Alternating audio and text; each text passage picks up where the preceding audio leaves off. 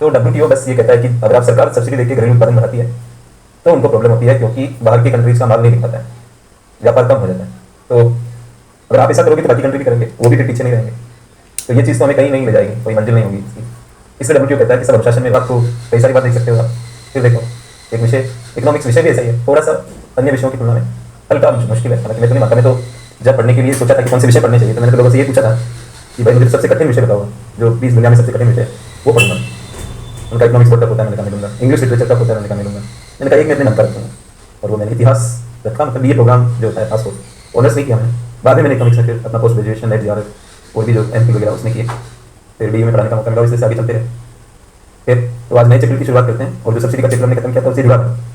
और ये तो छाया हुआ विषय है पूरे भारत में, इसको MSP बोलते हैं हम लोग, मिनिमम सपोर्ट प्राइस, न्यूनतम समर्थन मूल्य। तो अगला जो अध्याय है लाभशाही से, जैसे कि लाभशाही जैसा हो रहा है, क्रांतिकारी है, मिनिमम सपोर्ट प्राइस, हिंदी में कहेंगे न्यूनतम समर्थन मूल्य।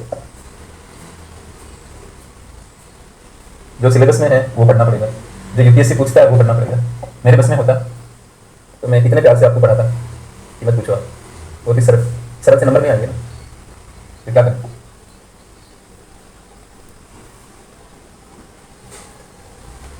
मिनिमम सपोर्ट प्राइस, न्यूनतम समर्थन मूल्य, पहला प्रस्तावना के मार्ग पर लिखते हैं। इसकी शुरुआत करते हैं इस तरह से। भारत में कृषि विकास रणनीति, धीमा पढ़ाने की मेरी आदत है दोस्तों, तो कोर्स सबसे जल्दी मेरा ही खत्म होता है। पढ़ाता धीमे हूँ, कोर्स सबसे पहले खत्म करता हूँ, तो फिर धीमेपन का कोई मुद्दा नहीं होना चाहिए। इकोनॉमिक्स धीमे पढ़ोगे तो ही समझ में आएगा। भारत में कृषि विकास रणनीति का एक मुख्य पहलू एक उचित कीमत नीति का निर्माण करना है।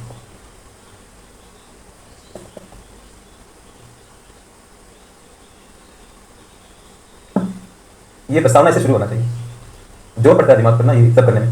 कृषि विकास हम चाहते हैं इंडिया में कि अच्छा एग्रीकल्चरल डेवलपमेंट हो, अच्छा कृषि विकास होगा तो हमारे देश की जो ग्रामीण अर्थव्यवस्था है उसकी भी भागीदारी हमारे देश की इकोनॉमी में बढ़ेगी।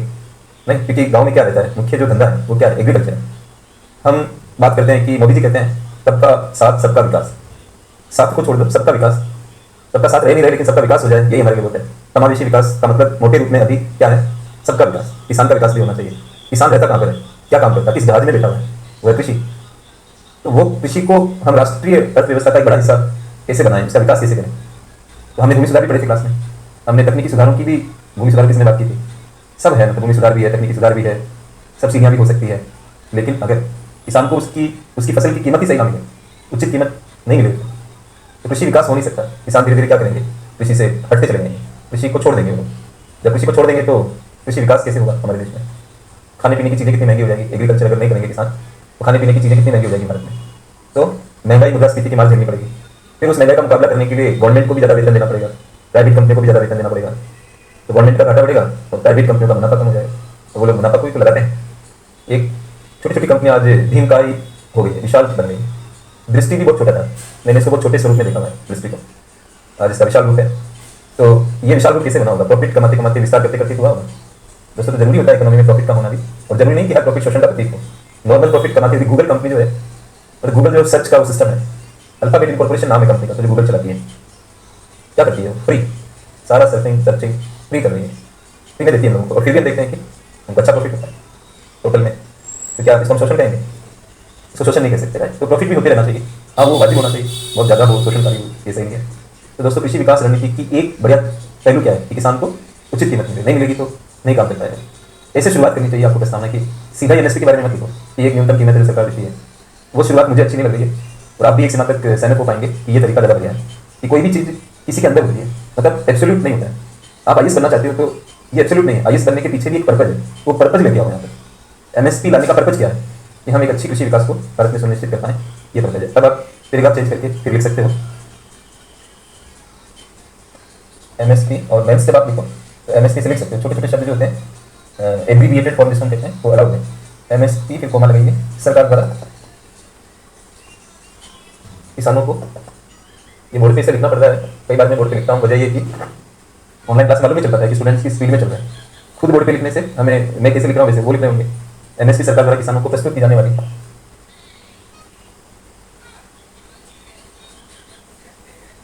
एक न्यूनतम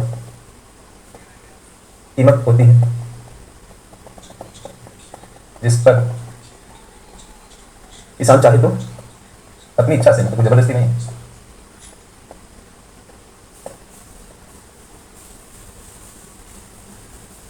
चाहे तो सरकारी संस्थाओं को अपना माल बेच सकते हैं।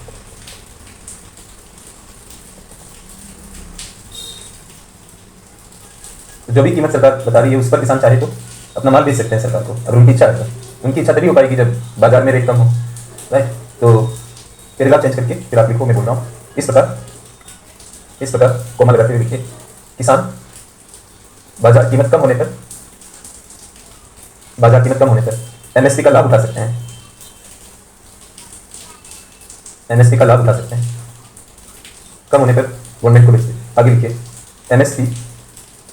एमएसपी किसानों को बाजार जोखिम, मार्केट रिस्क, किसानों को बाजार जोखिम के प्रति सुरक्षा प्रदान करती है। बाजार जोखिम, अब ये वर्ड नहीं लिखोगे मैथ्स में, जो मैथ शब्द होते हैं उन पे चलना पड़ेगा आपको। और जितना जल्दी आप इन चीज़ों को समझोगे उतना ज़्यादा बढ़िया है। जितना देर लगाओगे उतनी मुश्किल खड़ी होती जाएगी। आने वाले टाइम में तो सरकार प्राइवेट लोगों को लेगी ये सिविल सर्विस में। इससे पहले कि सब कुछ निकल जाए, सब कुछ हासिल कर लो आप, और ये होके रहेगा, मतलब काफ़ी कुछ वैकेंसी आपकी इधर उधर हो जाएगी। क्योंकि आजकल भाई है तो प्रबंधन ही ना, आईएएस तो एक मैनेजमेंट ही कर रहा है, और वो क्या कर रहा है, तो इतनी पढ़ाई लिखाई करा के उनको लाना। इससे अच्छा कि ट्रेंड हम लोग, कोई एमबीए है, आईआईएम अहमदाबाद से है, उनको बहुत आधुनिक ज्ञान है, पूरा इंग्लिश में पढ़े हैं, अच्छे उसमें प्रशिक्षण लिया हुआ है, तो क्यों नहीं उनको सिविल सर्विस में आने दिया जाए। ये थिंकिंग बहुत भारी मात्रा में सरकार के दिमाग पर दबाव बना रही है। और ये तो कहते हैं मोदी है तो मुमकिन है, ये मुमकिन हमारे लिए ना हो जाए कहीं। दूरदर्शिता रखो आप। और अब आज के युग में दोस्तों बहुत एडवांस होने की आवश्यकता है, विश्लेषण में, हर चीज़ में, माध्यम में, थोड़ा बहुत इंग्लिश का तो प्रॉब्लम, हर जगह टीचर के हाथ बांध रखे हैं बच्चों ने। ये तो मैं एक जिद्दी अध्यापक हूँ, और मुझे कई लोग साहसी अध्यापक भी कहते हैं यहाँ पर, क्योंकि मैं अपने तरीके से पढ़ाता हूँ।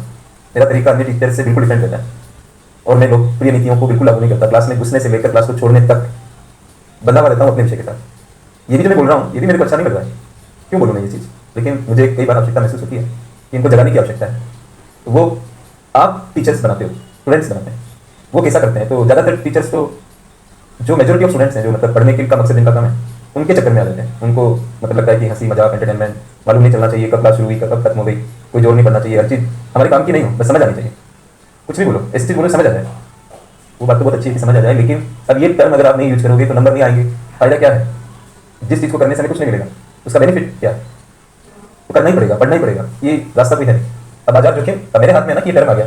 पढ़ने पढ़ाने का तरीका यही है कि जब आप दिखाते हो उस टाइम में कौन से वर्ड्स आ रहे हैं उनको सिखाते जाओ, जो आ रहे हैं उनको बताते जाओ, कि हम सीधे आके पढ़ें कि मार्केट रिस्क को कहते हैं। तो ये तरीका बढ़िया है। जैसे हमारी ये सड़क है, तो हमें गांव जाना है किसी के, तो सड़क के किनारे जाएंगे कि इधर उधर घूमेंगे, है ना। सड़क पे जाओ तो दिशा मिलेगी, और फिर जो कुछ रास्ते में आएगा उनको देखो, आप जो भी रास्ते में आता है उनको देख लो, कोई प्रॉब्लम नहीं है इसमें, साइडवेज हो सकते हैं, ऐसे साइडवेज हो सकते हैं, राइट। लेकिन रास्ता तो पकड़ो। अब रास्ता क्या है, ये रास्ते को क्या बोलते हैं हम लोग, सिलेबस बोलते हैं। इस पे चलो। अब यहाँ जो साइड में आ रहा है, जैसे बाजार जोखिम आगे साइड में पढ़ लो, इससे आप सोचो कितना फायदा होगा कि हमारी मंजिल भी तय हो जाएगी, और जिन शब्दों की हमें जरूरत है उसको भी सीख जाएंगे। और मुझे तो समझ नहीं आता कि यूपीएससी की क्लास में जैसे मैं ये पढ़ा रहा हूँ, तो इसमें क्या जोक हो सकती है, मतलब इसका ह्यूमर क्या बन सकता है, राइट। अब इसमें एक कहानी बना सकते हो, एक आदमी ने प्याज उगाए और उसको ये भाव पड़ गया, फिर मंडी में गया, उसको ये मिल गया, इससे क्या हो जाएगा।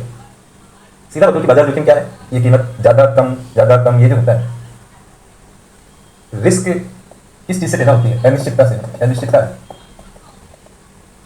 अनिश्चितता से उत्पन्न होती है, तो मैं उल्टा करूँगा, इसका एरो इधर बना देता हूँ।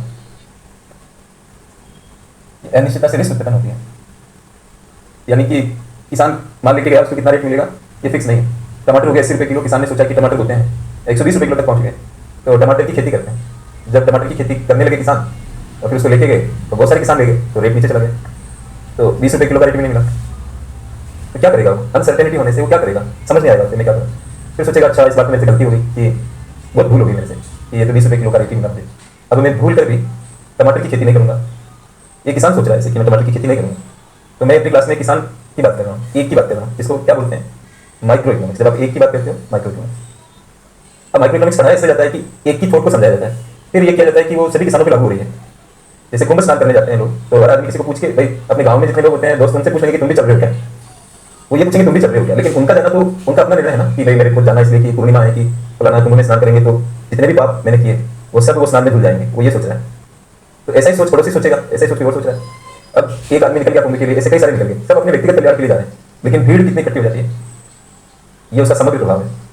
तो जब एक व्यक्ति निर्णय लेता है, माइक्रो टाइप का निर्णय है, इकोनॉमिक्स से रिलेटेड है, तो इसको कहते हैं माइक्रो इकोनॉमिक्स। जैसे किसान ने निर्णय लिया कि मेरे को टमाटर बोना है, लेकिन सारे किसानों ने ले लिया इस तरह का निर्णय, क्योंकि लोगों की सोच मैच करती है ना, वरना कुंभ में इतनी भीड़ कैसे होगी। लोगों की सोच मैच नहीं करेगी तो इतने लोग वहाँ कैसे जाएंगे। इस बात उनकी सोच मैच कर रही है कि भाई सबने एक ही तरह की किताबें पढ़ी हुई है, या एक ही तरह की गुरुओं से ज्ञान लिया हुआ है कि कुंभ में स्नान करने से मुक्ति हो जाती है ऐसे पापों से। तो सबने उस तरह की सोच को पढ़ा हुआ, तो ज़्यादातर लोग पहुंच जाते हैं। नतीजा क्या होता है, चोरी हो जाता है। एक बार में पुलिया टूट के कई सारे लोग मर गए उसके नीचे लगकर। ये समग्र प्रभाव है। तो किसान एक खुद निर्णय लेता है कि कई सारे किसान वैसा निर्णय लेते हैं, टमाटर की रेट नीचे चली गई, मतलब जहाँ ऊंची थी नीचे चली गई, अब उसे छोड़ दिया टमाटर तो अगली बात भी ऊंची होगी। और ये बात बिल्कुल सही है, किसान को ऊंची कीमत मिल ही नहीं सकती कभी भी इस तरह की चीज़ों में, क्योंकि वो भागता रहता है उसके पीछे। क्योंकि किसान बहुत सारे हैं, तो वो एक तरह से निर्णय करते हैं, उसका नतीजा क्या होता है, या तो सारे अधिकांश किसान किसी फसल को बोएंगे, या अधिकांश किसान उसको नहीं बोएंगे। जब नहीं बोते हैं तो रेट बढ़ जाती है, बड़ी रेट को देखकर बोलते हैं तो गिर जाती है। और हमारे किसानों की आर्थिक स्थिति कमजोर है, भंडारण नहीं है उनके पास, लंबे समय तक माल को रख नहीं सकते हैं, फसल कटते ही भागते हैं। तो ऐसे फ्लक्चुएशन होने में वो किसान कोई निर्णय नहीं कर पाएगा। अगर यूपीएससी का सिलेबस बार बार बदलता रहे तो क्या आप तैयारी कर सकते हो। और दृष्टि अपने क्लास टाइम को बार बार बदलती रहे तो क्या आप पढ़ सकते हो ठीक से, क्या निर्णय कर पाओगे, क्या प्लानिंग कर पाओगे। तो अनिश्चितता से उत्पन्न होती है रिस्क। और एमएसपी क्या अनिश्चितता है, ये निश्चितता है कि सरकार निश्चित रूप से ये देगी।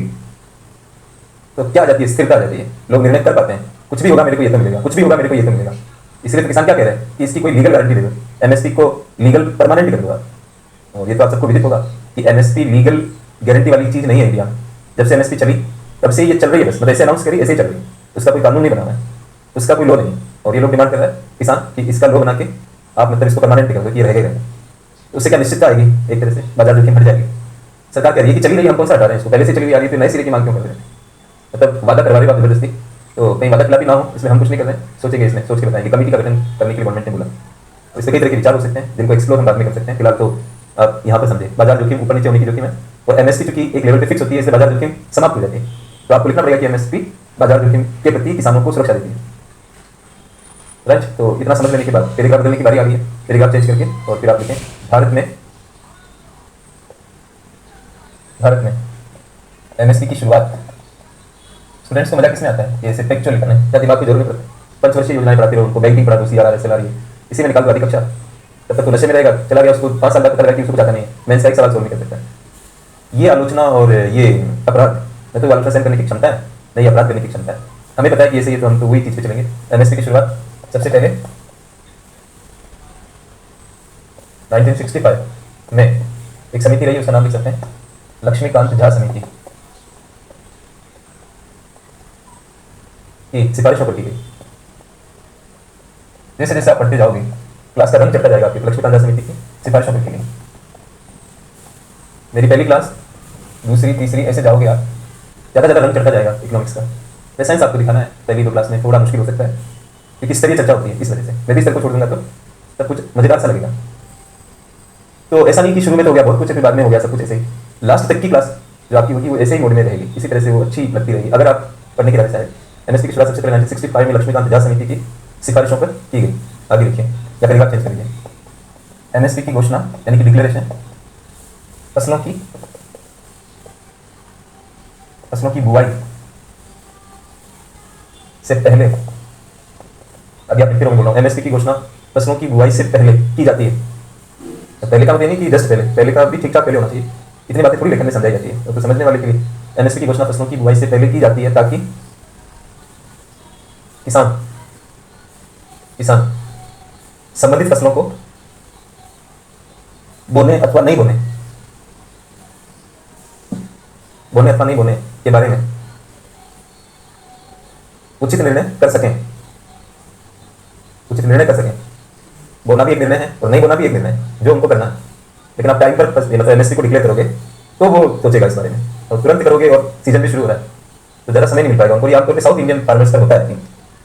हम ये उत्तरी भारत के हिसाब से, और मानसून पहले शुरू हो जाता है उधर से, तो उनकी टाइमिंग हमारे दिमाग में नहीं रहती, हमारे इधर जो मानसून पहुंचता है उसकी टाइमिंग को ध्यान में रखते हैं हम लोग, तो ये थोड़ा इश्यू आ जाता है इसमें। ऐसा मैंने रिसर्च पेपर्स में पढ़ा कि साउथ इंडियन फार्मर्स के लिए समय उतना नहीं छोड़ पाते हैं, और कई बार तो बेचारों का समय स्टार्ट ही हो जाता है, फिर हम एमएसपी डिक्लेयर करते हैं, तो ये भी गलत है टाइम पर। बल्कि जब रबी का करना हो तो खरीफ का सीजन चल रहा है उसी में कर दो कि भाई रबी में ये कीमतें रहेंगी, तो उनको बहुत पहले ही फसल नहीं कटी उससे पहले उनको पता है कि रबी में ये सरकार की मतलब कीमतें हैं। ऐसे ही आप खरीफ की फसल रबी के कटने से पहले ही उनकी एमएसपी डिक्लेयर कर दो, तो समय मतलब समय अनुकूल वो अपना रबी है वो कर सकते हैं। ये देखा आप चेंज करके फिर लिखिए। वर्तमान में भारत में 22 कृषि फसलों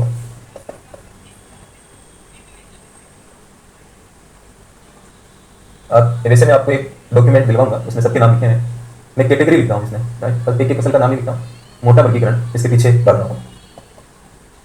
जैसे मोटा अनाज रागी बाजरा ज्वार इस तरह के एक वर्गीकरण हो गया मोटा अनाज।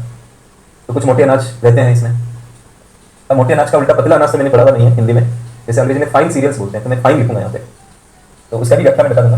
अंग्रेजी लिखनी पड़ रही है, फाइन सीरियल्स, सीरियल का मतलब अनाज होता है, वो वाला सीरियल नहीं, ये वाला, ये सीरियल नहीं, ये वाला फाइन सीरियल।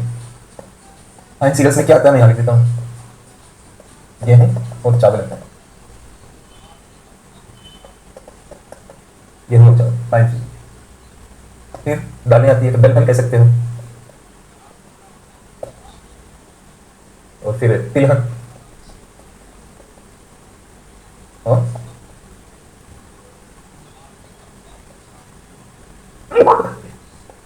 नकदी फसलें, जूट वगैरह, ये गन्ने का अलग है वो मैं बाद में नहीं पढ़ा। मोटा अनाज, फाइन सीरियल्स, दलहन, तिलहन और नकदी फसलें, ये 22 कृषि फसलों में की कैटेगरी लिखी है। वर्तमान में भारत में 22 कृषि फसलों पर एमएसपी और गन्ने पर एफआरपी, फुल फॉर्म होता है इसका फेयर एंड रेम्यूनरेटिव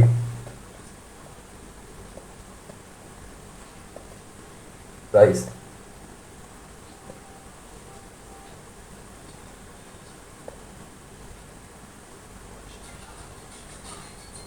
पर एमएसपी करने पर एफआरपी की घोषणा की जाती है। आप आगे लिखो इसके बारे में थोड़ा सा। एफआरपी भी कार्यात्मक रूप से, मतलब फंक्शन के साथ, एफआरपी भी कार्यात्मक रूप से एमएसपी की तरह होती है, एमएसपी की तरह होती है, पूर्ण विराम लगेगी, आगे लिखिए। यह एक न्यूनतम कीमत होती है जिसे चीनी मिलों को गन्ना उत्पादकों को देना पड़ता है, पूर्ण विराम लगेगी। अच्छे से पढ़ो आप, मतलब अपने दिमाग को ओपन खोलो इसे, राइट। अब मैंने क्या कहा कि लेखन अगर अच्छा नहीं होगा तो फिर आपको दिक्कत होगी। कार्यात्मक फंक्शन क्या है, मतलब एफआरपी भी एक न्यूनतम वाली कीमत है, तो फंक्शन में तो एमएसपी जैसी भी ना भले जो कुछ हो उसका, एमएसपी भी न्यूनतम कीमत, एफआरपी भी न्यूनतम कीमत, बस थोड़े कुछ करके जो इसी लेखन में ही मैंने डाल दिए कि एफआरपी पर सरकार गन्ना नहीं खरीदती है, एफआरपी सरकार इंपोज करती है, मतलब थोपती है चीनी मिलों के ऊपर कि वो गन्ना इस रेट पर ही खरीदेंगे। ये केंद्र सरकार एफआरपी बनाती है, घोषित करती है, और साइड में आप जगह छोड़ते होंगे नोट्स बनाने का तरीका आपको पता होगा कि एक मार्जिन छोड़ना चाहिए, राइट। जो बातें क्लास में लेखन के स्तर पर आ रही है उतनी ही बातें अतिरिक्त भी होती है जो लेखन का मुख्य हिस्सा नहीं बनती, लेकिन हम कहीं को एग्जाम का मुख्य हिस्सा नहीं है, ये सोच गलत हुई। तो आप साइड के अंदर इंपॉर्टेंट बातों को भी नोटिस करते रहें, लिखते रहें उनको, आपको बहुत ज़्यादा लाभ होगा इस चीज़ का। अब एक चीज़ मैं एक्स्ट्रा बता रहा हूँ, फिर वापस इसके लौट के आऊँगा। जो राज्य सरकारें होती है, जैसे उत्तर प्रदेश की सरकार आ रही है, ये भी गन्ने पर अपनी कीमत घोषित करती है, तो उस कीमत को एसएपी कहते हैं। ये आपको एक्स्ट्रा जानकारी रखनी है, एसएपी, स्टेट एडवाइजरी प्राइस। अभी मैं कभी कभी पैदल चलता हूँ, आप में से कई लोग मुझे पैदल चलने के दौरान मिल जाते हैं, वो लोग क्लास में भी होंगे अभी शायद, मेरी इच्छा कर जाती है कि पैदल चलें। आप अगर अपने काम को हेल्थ के साथ लिंक कर देते हो तो ये अच्छा इंटीग्रेशन है। तो मुझे, मैं अपने घर से निकलता हूँ, कभी कभी पैदल ही चलना चाहता हूँ, और पैदल खूब चलाऊँ। मैं अपने स्कूल के दौरान में पढ़ता था जब 6 किलोमीटर पैदल चलता था, मतलब दोनों तरफ मिला के 3 किलोमीटर की एक साइड में डिस्टेंस वापस लौटता था, तो 3 किलोमीटर की दूसरी वाली डिस्टेंस, कुल मिला के 6 किलोमीटर पैदल चलता था। जब मैं मेरिट में आया राजस्थान बोर्ड में, तब मेरे फादर ने मेरे को एक साइकिल दिलवाई, तो वो फिर मैं इस्तेमाल करने लगा। तो मुझे चलने की आदत है बचपन से ही, अच्छा लगता है चलने में, मुझे बहुत मजा आता है, लेकिन कई समस्याएं भी रहती है पैदल चलने में, तो बट मैं उनको माइंड नहीं करता। एक बार स्टूडेंट मिल गए, सर आप पैदल जा रहे हैं, सर आप पैदल जा रहे हैं, मैंने कहा इसमें क्या प्रॉब्लम हो गई, मतलब कोई गलती थोड़ी मैं कर रहा हूँ इसमें, आप इतने अचंभित क्यों हो गए। तो उनको अच्छा लगता है, क्योंकि आमतौर पर तो लोग गाड़ियों का इस्तेमाल करते हैं, पंप एंड शो बहुत ज़्यादा होता है, मैं आराम से अपने हिसाब से चलता हूँ। अब पहले एक दृष्टि का स्टूडियो इधर बादशाला है, इंदिरा विकास कॉलोनी के मुहाने तक, और एक उधर भी है मुखर्जी नगर में। तो एक बार, वैसे तो मैं पसंद करता हूँ कि 4 नंबर का स्टूडियो है, उसी में मेरा हूँ, और हमारे देवेंद्र जी कैमरा मैन है, उनको मैं लाइक करता हूँ, उनकी मेरी चॉइस रहती है कि वो भी मेरे को शूट करें। तो कभी क्या होता है कि कभी कभी चेंज हो जाता है। तो एक बार वहाँ नज़दीकी में दफ्तर के पास नहीं मेरा होना था, तो मैंने कहा मैं पैदल आ जाता हूँ। यहाँ देखना ही सर, आप पैदल मत आना, आप गाड़ी भेज रहे हैं, प्लीज़ पैदल मत आइए। मैंने कहा क्या प्रॉब्लम है पैदल चलने में? तो नहीं सर, बड़ा अजीब सा लगेगा ये। पैदल चलने में कई फायदे हैं, स्वास्थ्य भी अच्छा होता है, चलते हैं तो मुलाकातें भी लोगों से हो जाती है, और हर बार मेरे को कोई ना कोई स्टूडेंट मिलते हैं। आज 5 स्टूडेंट मिले मुझे, 3 स्टूडेंट मुझे, एक 28 नंबर बेंच के बच्चे पुराने भी जो इकोनॉमी पढ़ चुके थे, वो भी मिले मुझे। बोले सर ये कमजोर रह गया था हमारा, लेकिन सर वो एक बच्चा रोने लगा उसने, मतलब कि सर वो हमें कोई अभिव्यक्ति नहीं मिल रही है इस चीज़ की कि हम कैसे एक्सप्रेस करें इस चीज़ को, जैसे आपने पढ़ाया और लोकल एग्जाम्पल्स और उनसे इकोनॉमी को डेवलप कराया। तो बोलते बोलते वो रोने लगा, 2 बच्चे और भी थे साथ में। मैंने कहा अरे नहीं यार, मैंने कहा आप ऐसे भावुक मत बनो, आपका इकोनॉमी तो ठीक हो गया ना, मतलब ये बताओ आपको। बोले हाँ सर, बहुत मुझे कॉन्फिडेंस आ गया और मैं छोटे मोटे टीचर्स को तो यहाँ पढ़ा सकता हूँ इकोनॉमी। उन्होंने कहा कि मैं पढ़ा दूँ, लेकिन मेरा एक्सपीरियंस नहीं है, मुझे कोई वैल्यू नहीं करेगा। मैंने कहा कोई नहीं, वो काम आपको करना भी नहीं है, आप तो पढ़ने के लिए आए हो, अपनी मंजिल को पाने के लिए आए हो, तो आप उस पर फोकस करो। ये बात किसी और स्टूडेंट ने की, छोटे मोटे टीचर्स में पढ़ा सकता हूँ, वो अलग जगह पे। ये जो 3 बच्चे थे, ये इसमें से एक बच्चा बहुत भावुक हो गया, ऐसा उनकी आंखों को देख के लगा मुझे, आंखें भर गई। तो मैंने कहा आप ही लोग तो मेरा मोटिवेशन है, मतलब, और ये मैं पैदल चलता हूँ तो मुलाकात हो जाती है, पता ही नहीं लगता, पर देखिए उस पार कौन पढ़ रहा है किसको मालूम चलता है। तो उनसे मिलकर बहुत अच्छा लगा, उन्होंने फोटो भी लिया मेरे साथ और बड़ा अच्छा मुझे लगा। मैं बहुत हाईली मोटिवेटेड फील किया कि नहीं, कुछ बच्चे हैं जो मतलब बहुत जागरूक हैं, उनको सही गलत का अंतर पता है और वो समझते हैं, क्वालिटी का महत्व समझते हैं। नहीं तो बच्चे जो ह्यूमन एंटरटेनमेंट इसी में लगे रहते हैं, उसी में अच्छे बच्चे मिल जाते हैं, तो खूब अच्छा लगता है। बड़े टीचर हो छोटे टीचर हो, इसका महत्व नहीं है। हर आदमी अपने आप को वैलिडेट कराना चाहता है कि हम जिस भी स्टेज पे, लेकिन क्या लोग हमें वैलिडेट कर रहे हैं, हमें अधिकृत समझ रहे हैं, ये हर इंसान के मन में होता है। ओपरा विनफ्रे का नाम आपने सुना होगा, ओपरा विनफ्रे बहुत फेमस टीवी एंकर रही है, प्रोग्राम चलाती रही है, उनकी लाइफ को पढ़ो आप, कितना उन्होंने प्रॉब्लम झेला, लेकिन उनका एक शो चलता था जो पूरे ग्लोबल लेवल पे बहुत फेमस था। हार्वर्ड यूनिवर्सिटी के एक सेमिनार को, मतलब हार्वर्ड यूनिवर्सिटी में क्या होता है कि नया जो बैच शुरू होता है, एक कमेंसमेंट लेक्चर होता है, वहाँ पर कमेंसमेंट का सेशन होता है, सेशन को शुरू करते हैं वो, तो किसी बड़े मतलब उसको बुलाते हैं, ज़्यादातर तो उसके अलुमनाई होते हैं जो वहीं से किए हुए होते हैं, लेकिन जो अलुमनाई नहीं भी होते हैं और उनकी बहुत वर्ल्ड लेवल की प्रतिष्ठा होती है, तो किसी एक को बुलाते हैं। ओपरा विनफ्रे वहाँ भी गई थी, वो लेक्चर मैंने उनका कम से कम तो 100 टाइम्स सुना होगा, जो वो बोल रही है वहाँ पर। वो कहती कि मेरे शो में लोग आते थे, बड़े से बड़े पर्सनल आते थे, अमेरिकन प्रेसिडेंट से लेकर सर। लास्ट में वो एक ही सवाल करते हैं जब सारा सेशन खत्म हो जाता है, was that okay, was that okay, मतलब जो इंटरव्यू हुआ क्या वो सही था?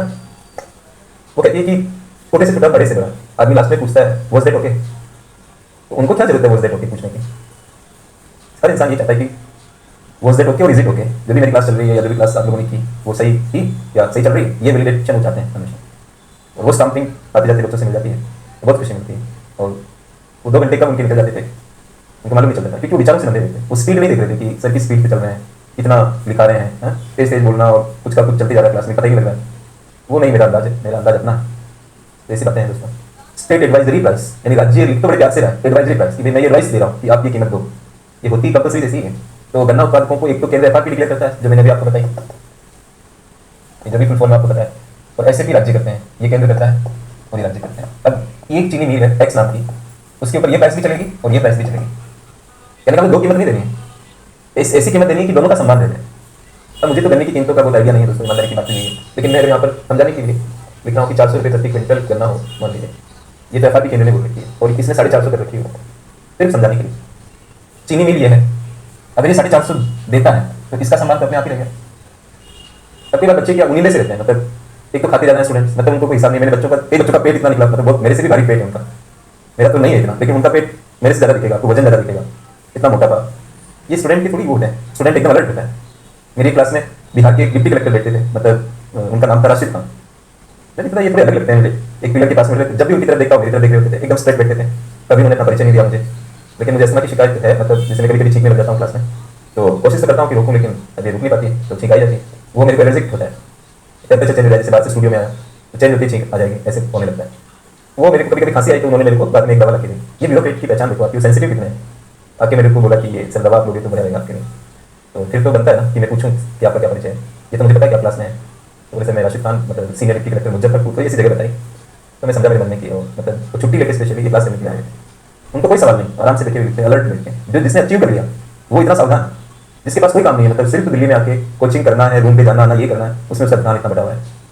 कहीं चाय पीने में समय खराब कर रहे हैं कि कहाँ पर कहीं खाने में, ये कोई न हेल्थ का ध्यान है न पढ़ाई का ध्यान है, तो आप क्या क्या काम करोगे? अब मैं राशिद खान जी को देखूँ अपनी क्लास में या ऐसे बच्चों को देखूँ जो मतलब जिनका कोई पर्पज ही नहीं, अलर्टनेस होनी चाहिए एकदम, और कम खाना चाहिए छात्र को। और पढ़ाई पे फोकस करना चाहिए। फ्रूट्स और हल्का भोजन करने से सुस्ती नहीं आएगी, एफिशिएंसी बढ़ जाएगी। और अभी का त्याग जो होगा तो फिर आगे क्या रंग दिखाएगा वो तो आप अच्छे से जानते हैं। कई बच्चे भ्रम क्यों रहता है उनको, भ्रम की कंफ्यूज रहते हैं। वजह क्या, 10 तरह की वीडियो देखते हैं, लिटरेचर पढ़ते हैं, थके हुए रहते हैं, रात में देर तक व्हाट्सएप चलाते हैं, फेसबुक ये में रहते हैं, नींद पूरी नहीं निकालते हैं, दिन भर कोचिंग में उलझे रहते हैं। अब वो क्लास में आते हैं, उनको ये बताते हैं केंद्र ये दे रहा, राज्य दे रहा, तो उसके दिमाग में क्या चल रहा है कि ये भी देना पड़ेगा और ये भी देना पड़ेगा। दो कीमतें भी दी जाती है क्या, कीमत ऐसी देनी है जो दोनों की बात रह जाए। अब 450 इन्होंने बोल दिया, दोनों में ज़्यादा कौन सी है, ये ज़्यादा वाली देनी पड़ेगी, तो अपने आप उसकी पूर्ति होगी। तो ये एफआरपी के साथ मैंने एक एक्स्ट्रा बताया, पीटी के लिए ध्यान रखिए, खासतौर से स्टेट जो ये परीक्षाएं होती है सिविल सर्विस की, उसमें ये पूछ सकते हैं एसएपी क्या होता है, किस फसल पे दिया जाता है, ये चीज़ें। अब पैराग्राफ चेंज करिए, जो भी लिखा उसके आगे पैराग्राफ बदलिए और फिर लिखिए एमएसपी और एफआरपी दोनों के बारे में।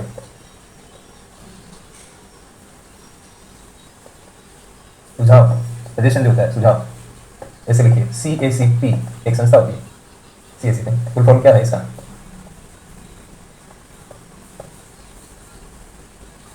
Commission on agricultural costs and prices.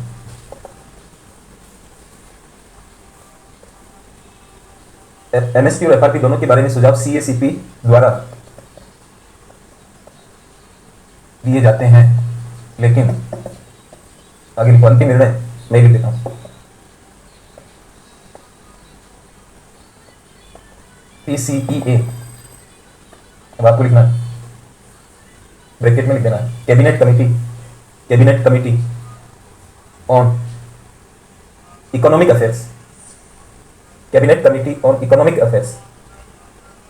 वहां मत लिखना मेंस में, वहां जरूरत नहीं होती है इसे फुल फॉर्म करने की।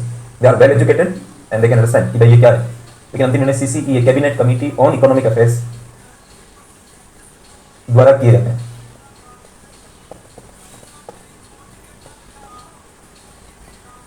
इस पैराग्राफ में प्रश्नों का वास है। यूपीएससी 2015 पीटी में पूछा गया था कि एफआरपी के बारे में अंतिम निर्णय कौन लेता है, ऐसे पूछा गया। तो ये बारीक चीजें होती है ना, जहाँ सजेशन कौन दे रहा है, अंतिम ऐसे सवाल बन जाते हैं। तो सजेशन ये कमीशन एक बना हुआ है भारत का, तो ये तो देगा सुझाव, लागू करेंगे ये, इनकी जो मन में आएगा सो करेंगे। सुझाव को आगे पीछे भी कर सकते हैं, ये तो अपनी ओर से बता देंगे। और ज़्यादातर जो इतिहास है वो आगे पीछे का ही है, जितना बोला गया उसकी एवज में ज़्यादा देने की कोशिश सरकार करती है, कुछ खास फसलों जैसे कि गेहूँ चावल वगैरह। तो ये एमएसपी को लेकर एक प्रस्तावना बना। ये जो 23 है फसलें टोटल मिलाकर, 22 पर एमएसपी और 1 पर एफआरपी। ये मैं आपके ऐप में मतलब भिजवा दूंगा बोल के कि ये वाली चीज़ इनकी फाइल भेज दीजिए। तो उसमें कई सारे डेटा दिखेंगे आपको, मतलब कीमतें दिखेगी बहुत सारी, उनको नहीं देखना है, उसका फर्स्ट कॉलम ही देखना है जिसमें खरीफ क्रॉप रबी क्रॉप उनकी लिस्टिंग है। कुल मिला के आपको 20 फसलें एक दिखेगी और बाकी मतलब ऐसे कैश क्रॉप दिखेंगे और एक गन्ना दिखेगा। तो 23 की गिनती वहाँ पर आपको आ जाएगी। तो ब्रेक के बाद फिर आपसे मिलता हूँ मैं और इस चीज़ को आगे बढ़ाते हैं 10 मिनट का। Thank you. तो ये तो एमएसपी का प्रस्तावना था, कई सारी बातें इसमें हम लोगों ने की। इसके बाद और थोड़ा सा एक आधुनिक की आपको आवश्यकता है। अब इंडिया में एमएसपी को कैसे तय किया जाता है आजकल, है ना। एक सिद्धांत होता है जिसको A2+FL कहते हैं, राइट। और एक पीटी का पेपर डिस्कस किया था मैंने दृष्टि के प्लेटफॉर्म पर, या मेंस का मुझे याद नहीं है, मतलब एक सर भी सुन रहे थे, मतलब उस वीडियो को यहीं के एक सर सुन रहे थे, तो बोले सर मुझे भी आज ही पता लगा कि ये भी एक सिस्टम है। तो ये तो आपको पता है कि बहुत चर्चा में है, एमएसपी हमेशा रहेगा, इस सिलेबस में साफ लिखा हुआ भी। तो A2+FL सब तो पढ़ने पड़ेंगे। और ये जो तरीका है सरकार का, ये भी डिस्प्यूट में रहा। और जो किसान संगठन है उन्होंने इसका अच्छा वेलकम नहीं किया।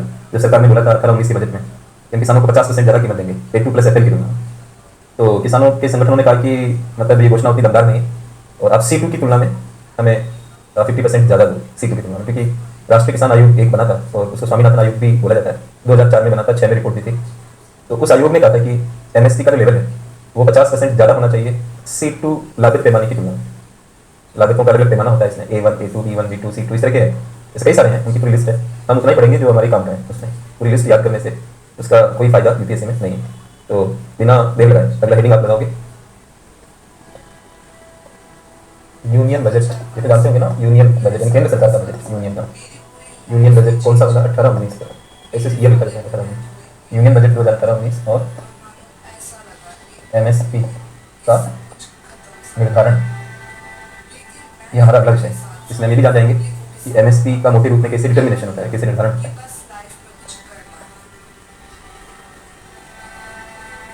लिखिए यूनियन बजट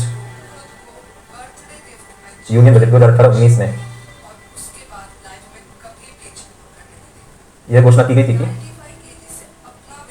यह घोषणा की गई थी कि सरकार सरकार किसानों को लागत की तुलना में 50% अधिक 50% अधिक एमएसपी देगी लागत की तुलना में। मतलब 1 क्विंटल गेहूँ चावल कुछ भी उसको उत्पादन करने की क्या लागत औसत रूप में आती है, उसकी तुलना में 50% ज़्यादा देंगे। मान लीजिए 1,000 रुपये प्रति क्विंटल आती है तो 1,500 रुपये कम से कम, इससे और भी ज़्यादा दे सकते हैं, 50% अधिक देंगे, राइट। अब लागत का मतलब क्या, लागत को भी समझना पड़ेगा। इस संदर्भ में सरकार द्वारा यह कहा गया कि वह लागत के A2+FL मानक का प्रयोग करेगी।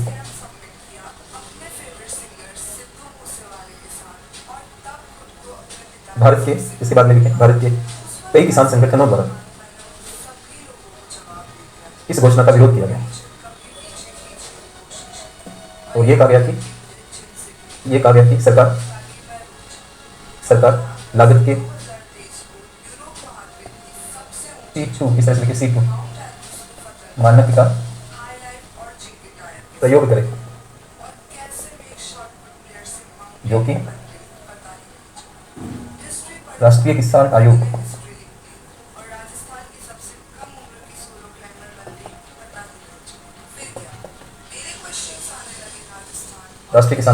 चाहे तो कोष्टक में लिखिए 2004, जो कि राष्ट्रीय किसान आयोग द्वारा संस्तुत किया गया था। संस्तुत का मतलब रेकमेंड किया गया था। राष्ट्रीय किसान आयोग, इसका एक और नाम है, मतलब जो इसके अध्यक्ष थे वो MS स्वामीनाथन थे, तो इसको के बाद स्वामीनाथन आयोग भी बोलते हैं। 4 में गठन, मैंने 4 लिखा, रिपोर्ट इनकी 6 में आई थी। तो भारत के किसान संगठन क्या कह रहे हैं कि ये वाला नहीं यूज होना चाहिए, ये वाला होना चाहिए, C2 मानक का प्रयोग करें, क्योंकि राष्ट्रीय किसान आयोग ने इसी का सुझाव दिया था। ये समझ आ रहा होगा। अब इतना ही समझना शेष रह जाता है कि क्या है A2+FL, क्या है C2, क्या है, कैसे समझें। पैराग्राफ चेंज करते हुए फिर आप लिखिए A2+FL, इसी को वापस लिखिए, A2+FL और C2 को समझने के लिए कृषि लागतों को निम्न दो भागों में विभाजित किया जा सकता है। बहुत ध्यान से पढ़ना है, लेकिन रिलैक्स रहना है। ऐसे नहीं कि ध्यान में इतना ध्यान लगा दो कि यह ध्यान नहीं रही कि क्लास में क्या चल रहा है, इतना ध्यान नहीं लगाना। आराम से बैठे रहो, तो देखते रहो फोन को, बस समझो, अपने माइंड को दबाओ मत, खुला रखो उसे। Let the knowledge come into my mind. तो रिलैक्स होकर पढ़ोगे ज़्यादा फायदा है। एक आवत ना मैं हूँ ना, तो आप क्यों चिंता करते हो, मैं हूँ। इसी वीडियो क्लास से ही कोर्स हो जाएगा आपका। तो पेपर देना सारे इसी क्लास नोट से आने हैं। कहना तो नहीं चाहिए, कहते हुए अतिशयोक्ति सा लगता है, लेकिन मुझे विश्वास है। अब 19 ऊपर नीचे होता है तो वो भी मैनेज हो जाएगा अगर आप ध्यान से पढ़ोगे। तो न्यूज़पेपर पढ़ते रहो, करना कुछ नहीं, इसको डाइजेस्ट कर लेना, वही आपके लिए बहुत है। कुल मिला के नोट्स छोटे से बनेंगे, जो बड़ी बड़ी किताबों से आपको मुक्त कर देंगे। इतना सा काम, केवल आपसे ये प्रार्थना है कि आप धैर्य रखो। कोई चीज़ थोड़ी देर के लिए नहीं समझ में भी आए, उसके चिपके मत रहो, छोड़ दो उसे, हो सकता है आगे समझ आ जाएगी, होगा अच्छा। बस ये तो अब इसमें थोड़ा ध्यान से करना पड़ेगा आपको। A2+FL, बस थोड़ा सा ध्यान, यही अपेक्षा है। तो किसानों की लागतों को मित्रों हम 2 भागों में विभाजित कर सकते हैं, तो वो कौन कौन सी है, तो उसको मैं लिख रहा हूँ बोर्ड पर। तो इस पर पीटी में भी सवाल आए हैं, तो एक चीज़ कई जगह काम आती है। एक तो हम लिखेंगे स्पष्ट लागतें, ये सब ध्यान चूकने से होता है। स्पष्ट लागतें, अंग्रेजी भी पता होनी चाहिए, एक्सप्लिसिट कॉस्ट, स्पष्ट लागतें। और ये ख्याल बिल्कुल नहीं रखना कि इकोनॉमिक्स नहीं पढ़ा हुआ है, ये नहीं पढ़ा हुआ आपने, मैं ये मान के चल रहा हूँ, आप भी मान लो। अब समझ रहे हैं ना, नहीं समझ आए तो आप बताना मुझे, ये नहीं समझ आया नहीं। आप प्रश्न पूछ सकते हो, व्हाट्सएप के ऊपर लिख के प्रश्न पूछ सकते हो, जो आप नहीं पूछ रहे हो। तो मुझे लग रहा है कि आपको कोई प्रॉब्लम नहीं, और प्रॉब्लम हो तो आप लिख के भेजो। स्पष्ट लागतें हैं, एक्सप्लिसिट कॉस्ट, पेन पूछने में और शर्म आती हो तो व्हाट्सएप है ना, उसमें भेज दो आप, ये प्रिंट निकाल के मुझे दे देते हैं। अब इसका क्या है, किसान द्वारा अन्य लोगों को वस्तु वर्ड लिखा है और क्लियर लिखा है, वस्तु या धन के रूप में, धन का अपना मुद्रा से है, किसान द्वारा अन्य लोगों को वस्तु या धन के रूप में किए जाने वाले भुगतान,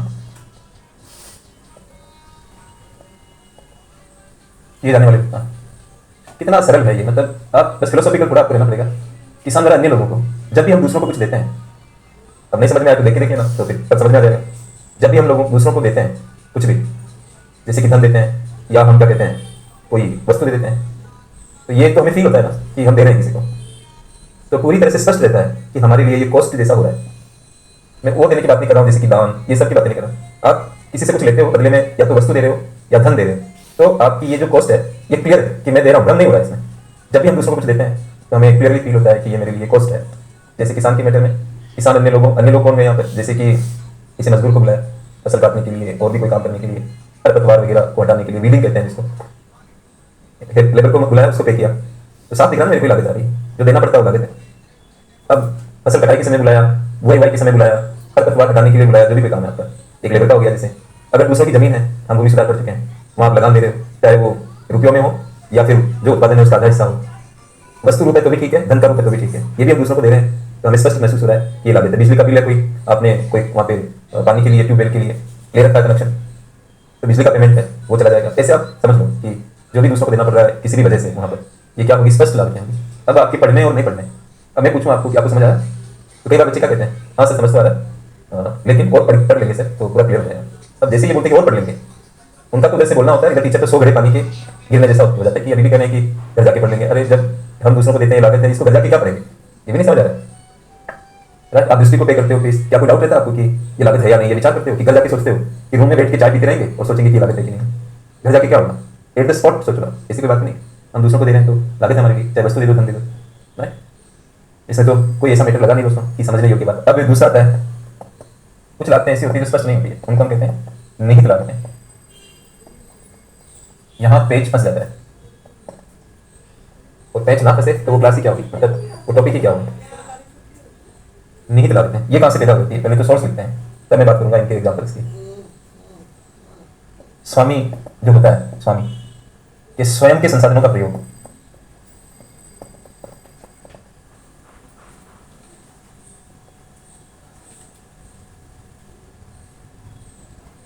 इसी को देखते हैं, दूसरे को देखें क्यों, इसी पर ध्यान रहेगा हमारा कंसंट्रेशन। निहित लागतें किसी से पैदा होती है, स्वामी के स्वयं के संसाधन का जब वो इस्तेमाल करता है, जब स्वयं के साधन यूज करता है कोई भी इंसान, तो खुद को पे नहीं करता है, तो वहां क्लियरिटी नहीं आ पाती। जब हम पे करते हैं किसी को तो हम समझ पाते हैं कि ये लागत है, लेकिन हमारी बुद्धि संकीर्ण है दोस्तों, ज्ञान विस्तृत नहीं है, लागत को बड़े संकीर्ण नजरिए से देख रहे हैं। दूसरों को देंगे तो लागत है, दूसरों को देंगे तो लागत है, ये मदद कर रहे हैं दोस्तों। एक लागत दूसरों को नहीं देखे भी पैदा होती है।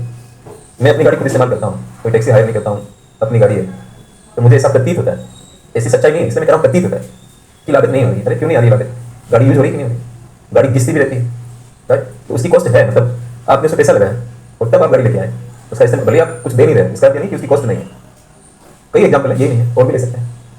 मैं जैसे मेरा छोड़ते हैं, कोई घर है मतलब, और आजकल लोग बताओ में खास तौर से जब घर बनाते थे दुकान निकाल देते हैं कि एक छोटी सी दुकान निकाल लेते हैं, या तो किराए पे देंगे उसे, ये मकसद होता है। और नहीं तो कोई टीचर है, जैसे मेरे फादर भी अध्यापक है, और मेरे घर भी बहुत बाद में बना, मतलब पहले अच्छे घर ही थे। और भारत के अध्यापकों की स्थिति तो आप जानते ही हो, जो मतलब स्कूल वाले टीचर्स होते हैं वो बेचारे जोड़ तोड़ करके ही चलते रहते हैं, और पेंशन आती है तब वो घर बना पाते हैं, क्योंकि एक साथ पैसा आ जाता है। तो मेरे फादर ने कहा कि रामेश्वर दुकान निकालूँ मैंने कहा वो जी आपने तो कभी दुकान करी नहीं, तो करती है, मैं टाइम पास कैसे करेंगे, दुकान लोग निकाल लेते हैं, राइट। अब वो अपनी दुकान करते हैं, वहाँ पर अपना सामान रखते हैं, तो किराया नहीं देना पड़ता, तो उन्हें ये प्रतीत होता है, फिर से बोलूंगा उन्हें ये प्रतीत होता है। जैसे हमें कभी कभी क्या प्रतीत होता है, रेड लाइट पे खड़े हैं, हमें लगा हमारी गाड़ी चल रही थी, हमारी गाड़ी वहीं पर ब्रेक लगा रखा है, पड़ोस की गाड़ी चल रही है कुछ, तो हम भ्रमित हो गए कि हम ऐसा लगा मानो हमारी कार चल रही, फिर हम एकदम संभालते थे, घर में तो वहीं पर कि सर हम तो गाड़ी कभी चलाई ही नहीं। अगर आप हमारी क्लास में बच्चे हैं तो ट्रेन में तो बैठे होंगे आप, तो कभी कभी लगता है हमारा डिब्बा चलने लगा, लेकिन ऐसा होता ही नहीं, प्रतीत होता है। तो प्रतीत होने की लैंग्वेज में इस्तेमाल करो, तो सामने वाले व्यक्ति को प्रतीत हो रहा है कि किराया नहीं लगता दुकान का, लेकिन ये प्रतीति गलत है, क्योंकि आपकी दुकान आपका संसाधन है, वो यूज तो हो रहा है, इसमें तो कोई दुराई है ही नहीं। मान लो एक चीज बताओ, आपके घर का बीज हो, है ना, खेती कर रहे हो आप, आपके घर का बीज, घर के लोग, घर का खाद, घर की जमीन और घर का पानी करके आपने खेती करी, तो वो खेती को आप फ्री में बेचोगे क्या? आप ये कहोगे कि मेरे को तो कोई लागत नहीं लगी, चलो 2 रुपये दे दो इसके, क्या बोलते हो तब आप? नहीं भाई, बड़ी मुश्किल से हुई है खेती, पूरे घर वाले लगे रहे इसमें, पानी का इस्तेमाल भी हुआ, जमीन भी लगी, तो पैसे हम निकालेंगे नहीं। तो वो आदमी, देहाती आदमी भी समझ रहा है इस बात को कि भाई लागत तो इसमें आई है, लेकिन ये लागत की अकाउंटिंग नहीं हो सकती, मतलब पेपर पे नहीं लिख पा रहे। पेपर पे किसको लिख पाते हैं? जब हम देते हैं किसी को, दे नहीं रहे तो लिखें क्या? लेकिन ये समझ भी हमारी है कि लागत तो आ रही है, इसी लागत को हम क्या कहते हैं? निहित लागतें। जो स्वामी होता है उसके संसाधन यूज होते हैं, तभी ये समस्या खड़ी होती है। अगर हम दूसरों के साधन ले रहे हैं तो हमें देना पड़ेगा, तो वो सब जितना देते हो लिख लो उसे, लेकिन अपने साधन यूज करने में आपको ये समस्या खड़ी होती है, इसलिए क्या बोलते हैं? निहित लागतें। लेकिन इनका अनुमान तो लगाना पड़ेगा, नहीं तो फिर हिसाब कैसे बनेगा, और हम ये कैसे तय कर पाएंगे कि हमारे माल की रेट क्या होनी चाहिए? तो उसके लिए एक चीज यूज होती है निहित लागतों का अनुमान लगाने के लिए, अभी काम करेंगे इसमें, आप ठहर जाइए थोड़ा। एक वर्ड होता है अवसर लाभ, बच नहीं सकते आप। पूरी सच्चाई आपको मैं ही बता सकता हूँ क्लास में, क्या बच नहीं सकते। अपॉर्चुनिटी कॉस्ट इसमें आती है, कौन से बेस्ट अवसर का त्याग कर दिया, कौन से दूसरे बेहतर। जैसे मैं भी इस क्लास में हूँ तो मेरे को पेमेंट मिलता है, वो तो अलग बात है, लेकिन मैंने कौन सा मैंने ये अवसर को मैंने बढ़िया समझा होगा, इसलिए मैं यहाँ हूँ। लेकिन जो 2 घंटे में आपके सामने हूँ, ये 2 घंटे में मैं कुछ और भी कर सकता था। तो सेकंड कौन सा बेस्ट चीज जो मैं कर सकता था, वो छोड़ के मैं यहाँ आया हूँ। ये मेरे यहाँ होने की अवसर लागत होगी। मतलब क्या मैं अपने इंस्टीट्यूट में पढ़ा सकता था तो वहाँ में कितना कमा सकता था, उस अवसर को छोड़ के मैं यहाँ हूँ। तो अवसर लागत ऐसे निकलती है। और भी देंगे एग्जाम्पल, फिलहाल लिखते हैं कौन से दूसरे बेहतर विकल्प को छोड़ा गया है, छोड़ा गया है। आप खंगालो अपने आप को कि आप यूपीएससी ही करने आए हो ना, ये खंगालो। तो ये तब पढ़ना पड़ेगा, छूट नहीं सकते। अवसर लागतें कैसे पैदा होती, कौन से दूसरे बेहतर विकल्प को छोड़ा गया। जैसे आप दुकान कर रहे हो अपने उसमें शॉप में, अपनी दुकान खोले हुए, तो दूसरा कौन सा बेहतर विकल्प छोड़ा आपने, तो कौन सा बेहतर था। किराए की आय आ सकती थी, आपने सोचा कि मैं इससे ज्यादा कमा सकता हूँ, इसलिए आपने दुकान खोली। अब दूसरा बेहतर विकल्प जो छोड़ा था वो क्या था कि हम किसी को और को रेंट पे दे सकते थे। तो आप पता लगाओ कि कितना रेंट मिल सकता था, तो पता लग जाएगा मार्केट में। अगर मान लीजिए शॉप का 5,000 रुपये रेंट आपको मिल सकता था, तो आप खुद अपनी दुकान में दुकान करने की जब लागत निकालोगे तो 5,000 निकलेगी उसकी, कि मैंने 5,000 छोड़ के ये किया। और काश आप होते सरकारी कर्मचारी, काश आप होते किसी प्राइवेट कंपनी के कर्मचारी, होंगे भी आप में से। क्या अवसर लागत है यूपीएससी की तैयारी करने की। जो लोग छुट्टी लेकर, राशिद खान जो डिप्टी कलेक्टर थे, उनकी अवसर लागत क्या थी मेरे क्लास में रहने की। छुट्टी लेकर आए, जॉब को रिस्क पे छोड़ के आए, डिस्ट्रिक्ट कलेक्टर से निवेदन करके आए, अपना अपमान करा के आए, नहीं जाके रिक्वेस्ट कर रहे हैं कि सर मैं चला जाऊँ क्या। वो कहेंगे कि 2 मिनट बाहर बैठो, आप बताते हैं आपको। एक तरह से अपमानित होना ही है ना कि हम किसी के आगे क्यों झुके हैं, वजह क्या है इसकी। आप में से कई बच्चों के माता पिता बीमार भी हो सकते हैं, आप में से कई बच्चों के माता पिता बहुत आर्थिक तंगी में हो सकते हैं, आप में से बहुतों के माता पिता अकेले रहते होंगे, कोई पीछे नहीं होगा। वो सबको छोड़ के आप आए हो, तो अवसर लागत आप खुद निकाल लो कि यूपीएससी को करने की अवसर लागत क्या आएगी। राइट, उसमें मतांतर मतभेद हो सकते हैं कि ये होगी कि ये होगी कि क्या होगी। मैं उस डिटेल में नहीं जाना चाहता, लेकिन यहाँ पर एक दुकान का 5,000 रुपये किराया मिल सकता था, तो निहित लागत दुकान की निकालोगे तो 5,000 रुपये तो ये आ जाएगी, क्योंकि आपको किराया मिल सकता था, वो नहीं मिला, आपको देना नहीं पड़ रहा, लेकिन लागत है। तो दोस्तों निहित लागत निकालने का तरीका होता है, अवसर लागत एक तरीका होता है। और यूपीएससी पीटी में ये सवाल पूछा गया, तो मैं शर्त आपको कह सकता हूँ कि पीटी में ये नहीं पढ़ाया जाता है।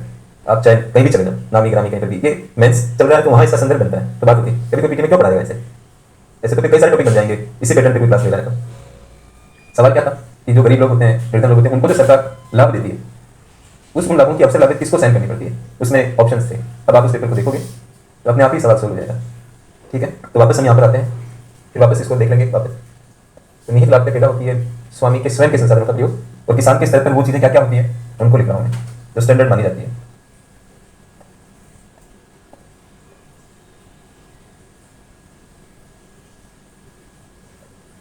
एक तो पारिवारिक श्रम होता है, खुद के परिवार के लोग होते हैं, श्रम भी एक साधन होता है।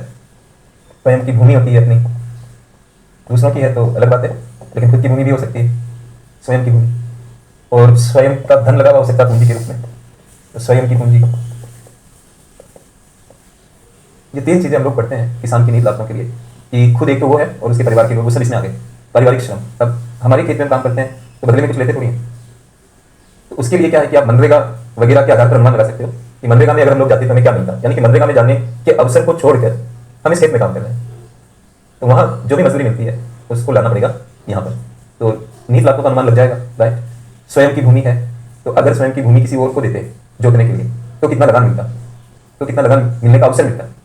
उस अवसर को छोड़कर हम खुद खेती कर रहे हैं, तो वो लगान जो आपने छोड़ा वो कितना बनेगा, वो यहाँ पर आ जाएगा। स्वयं की भूमि का इस्तेमाल करने की कॉस्ट आ जाएगी, और स्वयं की पूंजी है थोड़ी बहुत जो भी है। अगर खेती नहीं करते तो बैंक में जमा कराते, पोस्ट ऑफिस में जमा कराते, तो वो हमें क्या ब्याज देते। कहने का ये हुआ कि खुद खेती करने के कारण जो ब्याज मिल सकता था वो अवसर छोड़कर हम खेती कर रहे हैं, तो वो ब्याज जो छोड़ा आपने जिसके मिलने की संभावना थी वो लेके आनी पड़ेगी यहाँ पर। तो अवसर लागत से दोस्तों इनका अनुमान लग जाएगा, ये निहित लागतें हैं। और स्पष्ट लागतों के बारे में तो कुछ कहना ही नहीं है, क्योंकि वो तो वैसे समझ आ रही है कि जब हम दूसरों को देते हैं। किसान अन्य लोगों को पे करता है वस्तु या मुद्रा रूप में, धन रूप में, स्पष्ट है। जहाँ पे नहीं कर रहा है, संसाधन यूज हो रहे हैं, वहाँ स्पष्टता है, तो उसको हम कहते हैं निहित लागत। अब बात यहाँ खत्म नहीं होती है। अगर आप इन दोनों को जोड़ लेते हैं, ये मैं एक्स्ट्रा बता रहा हूँ आपको, अब मैं चाहूँ तो इसको अवॉइड भी कर सकता हूँ और कर भी लेना चाहिए मुझे। जितना आप ज़्यादा पढ़ाओगे, अच्छी बातें करोगे, तो कुछ बच्चे तो कहेंगे ना कि अरे हमें समझ नहीं आया। लेकिन दोस्तों मैं ये काम कर नहीं सकता, ये मेरी मजबूरी है, अपने सिद्धांतों से बंधा हूँ। आर्थिक लागत क्या शब्द बन जाता है दोनों को जोड़ के, इकोनॉमिक कॉस्ट, ये नया टर्म मिल गया आपको। और इसका भी सवाल यूपीएससी ने पूछ लिया। बच्चे दोनों बातें अपनी बात करते हैं, मतलब आप अगर अच्छा पढ़ाओ तो कहेंगे कि बहुत मुश्किल लग रहा है, अरे यार बहुत मुश्किल लग रहा है, तो जब से क्लास में घुसते हैं छोड़ने तक पढ़ाते रहते हैं। तो मैंने तो टीचर्स को नहीं देखा कि वो कैसे पढ़ाते हैं, मतलब बीच में क्या 5-10 मिनट की कथा सुनाते हैं आपको कि अच्छा मैं वहाँ घूमने गया था तो ये हुआ था, तो ये क्या मतलब उसका संदर्भ क्या बनता है बीच में। ज़्यादा मैं तो ऑनलाइन में क्या करता हूँ, ब्रेक ले लेता हूँ 10 मिनट का, तो मुझे ऑफलाइन में नहीं मिल पाता है, तो बीच में ब्रेक लेने से क्या होता है कि गैप आ जाता है। आपको क्या लगता है कि मेरे को कोई स्पेशल शौक है मतलब बाहर जाने का, मैं गैप लेता हूँ वीडियो क्लास में, वो मुझे अच्छा लगता है। फिल्मों में क्या होता है, ब्रेक होता है बीच में। आपको इसी इकोनॉमिक्स की थ्योरी नहीं पता। अगर आप इसी उपभोग को निरंतर करोगे, जैसे मेरे पास चाय का प्याला हो और मैं इसे पिए जा रहा हूँ निरंतर का, तो चाय की उपयोगिता गिर जाएगी, मजा आना बंद हो जाएगा चाय में। तो चाय के प्याले को छोड़ दिया, 2 घंटे बाद उसी चाय की उपयोगिता ज़्यादा फील होगी, ब्रेक कर देना कंजप्शन का। निरंतरता में अगर आप उपभोग करोगे तो उपयोगिता वस्तु की कम फील होगी आपको। जब आप बहुत भूखे होते हो तो एकदम खाना पहली चपाती खाते हो तो कितना अच्छा लगता है, और ज़्यादा भूख खुल जाती है। तो दूसरी चपाती हम कहते हैं जल्दी खाओ, बहुत भूखा हूँ मैं, पहले तैयारी नहीं की तो मुझे क्यों बिठा दिया खाने पर। तो माता जी कह रही ज़्यादा चिल्लाओ नहीं और बाकी फ्रस्ट्रेशन यूपीएससी की फ्रस्ट्रेशन इधर मत निकालो। मैं कहीं तो रहा हूँ, तो वो ऐसे आप उल्टा दिखा रहा है कि भूख खुल गई, अगली रोटी की उपयोगिता कम होने की जगह उल्टा बढ़ गई, अच्छा लगा, दूसरी चपाती खाई, फिर तीसरी खाई, थोड़ी सी कम लगी उपयोगिता, चौथी खाई, 5वीं खाई, फिर छठे पैसे आप कर लिए, नहीं नहीं बेटा एक तो लेनी पड़ेगी, वो थाली उठा के भाग गया वहाँ से। जिस चपाती के लिए माँ से लग रहा था उसी चपाती के लिए थाली उठा के भाग गया। क्या कारण बना, निरंतरता में खाता गया, एक पॉइंट आया कि रुक गए। और हम भी खाने भी जाते हैं, कोई भी हमें इन्वाइट करता है, प्लेट तो पूरी भर लेते हैं, लेकिन एक पॉइंट आता है जहाँ पर बस अब नहीं चलेगा, अब नहीं चलेगा, क्यों खाते रहो ना, फ्री में मिल रहा था, नहीं खा सकते क्योंकि आपकी उपयोगिता जीरो हो गई वहाँ पर, ज़्यादा खाओगे तो नेगेटिव हो जाएगी, वॉमिटिंग हो जाएगी। इसलिए ब्रेक की कहानी क्या है, वो यही है, उस मनोविज्ञान को आप धीरे धीरे समझ पाओगे। इसलिए नहीं ब्रेक, अब बड़ी क्लास के अंदर ब्रेक कैसे दें, 10 मिनट के अंदर तो सारे बच्चे इधर हो जाएंगे, तो इसलिए ऐसे मैं गेप देता हूँ। वो मैं जानता हूँ, मैंने किसी को बताया नहीं ये बात, आज ही बता रहा हूँ आपको, या पहले कभी किसी बैच में ऑनलाइन बोला होगा, बाकी मैंने मैनेजमेंट को किसी को क्या थोड़ी बताया कि मैं ब्रेक इसलिए देता हूँ, मेरे से किसी ने पूछा नहीं, तो मैं उतना ही बोलता हूँ जितनी जरूरत होती है। इकोनॉमिक्स वाला व्यक्ति अगर इकोनॉमिक्स के हिसाब से नहीं चलेगा तो वो संदेश क्या देगा। इकोनॉमिक्स में हर चीज नपी तुली होती है, आर्थिक लागत इकोनॉमिक कॉस्ट दोनों को जोड़ के होती है, जो कॉस्ट हमें दिखती है और जो नहीं दिखती है दोनों मिल जाती है। सवाल पूछा यूपीएससी पीटी में कि भारत का खाद्य निगम, भारतीय खाद्य निगम एफसीआई कि इकोनॉमिक कॉस्ट में क्या क्या शामिल होता है। दिखने में ऐसा लगता है कितना सरल सवाल, इकोनॉमिक कॉस्ट क्या होगा तब तो करेंगे। तो जो किसानों को देता है माल खरीदने वही कॉस्ट नहीं होती, वो तो स्पष्ट लागत होती है, लेकिन निहित लागत भी होती है, जैसे उसके अपने भंडार गृह होते हैं, उनमें अनाज वगैरह रखता है, मान लो भंडार गृह किसी और को देता है तो उसको कितना रेंट मिल जाता है, क्या ये लागत नहीं है। तो उस सवाल को भी पढ़ना, फिर बताना कि हो रहा है कि नहीं हो रहा। ठीक है, तो दोनों को जोड़ के क्या बन जाती है, आर्थिक लागत बन जाती है। तो ये आपको एक्स्ट्रा ज्ञान प्राप्त हुआ। इसके बाद पैराग्राफ चेंज करिए और फिर लिखिए, ऐसे लिखिए, कृषि संबंधी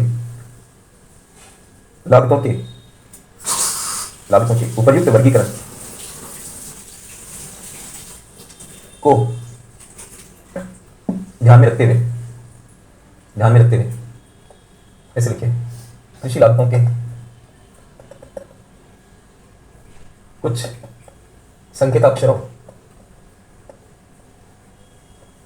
कृषि लागतों के कुछ संकेताक्षरों को निम्न प्रकार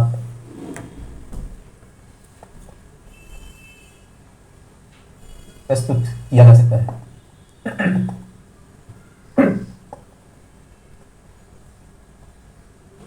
कुछ संकेताक्षर होते हैं, जैसे A2 वगैरह बोल रहे हैं, उनको मैं क्या बोल रहा हूँ, संकेताक्षर। लैंग्वेज भी तो आपकी सही होनी चाहिए, संकेताक्षर। तो पहला संकेताक्षर जो मैं इस्तेमाल कर रहा हूँ वो है A1। क्या मतलब है इसका,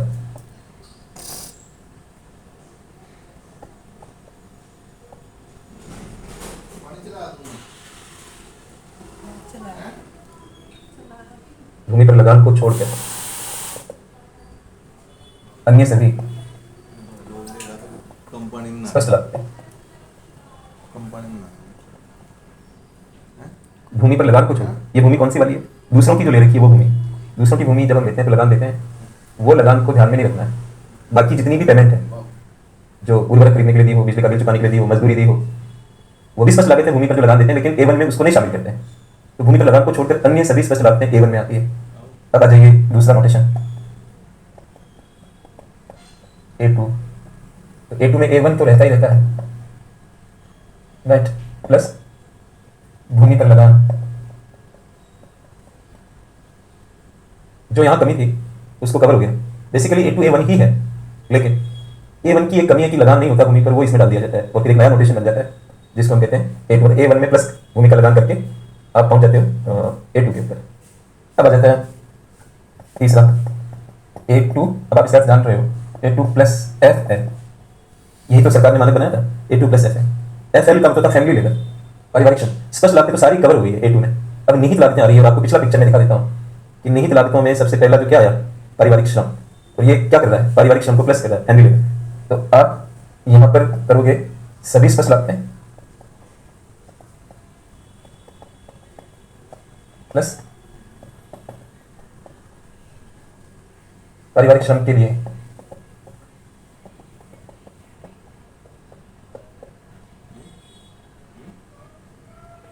अनुमानित मजदूरी, अनुमान लगाओगे कितनी मजदूरी देनी है, वो प्लस हो जाएगा A2 प्लस FN। तो निहित लागतों में एक आ गई, दो छूट गई बाहर। अब चौथा आप लेंगे C2, सभी प्रकार की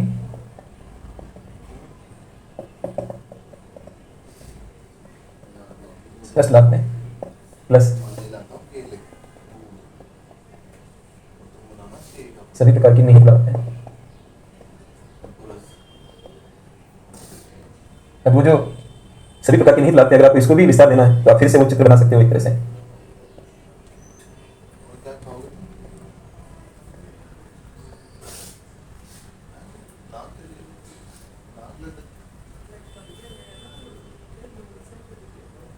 पारिवारिक श्रम, स्वयं की भूमि, स्वयं की भूमि के लिए लगान, स्वयं की पूंजी के लिए ब्याज कितना हो सकता है,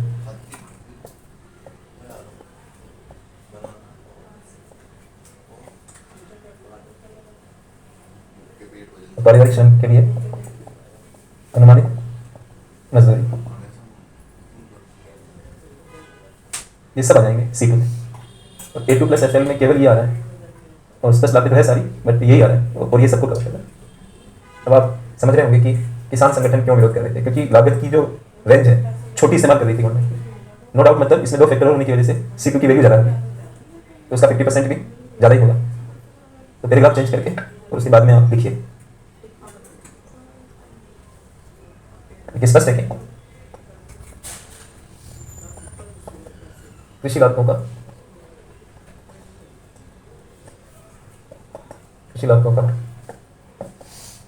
P2 माने A2 प्लस FL की तुलना में अधिक विस्तृत है। इस आधार पर यूनियन बजट 2018-19 की MSP से संबंधित घोषणा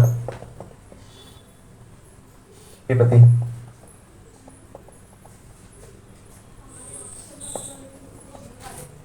किसान संगठनों के विरोध को समझा जा सकता है।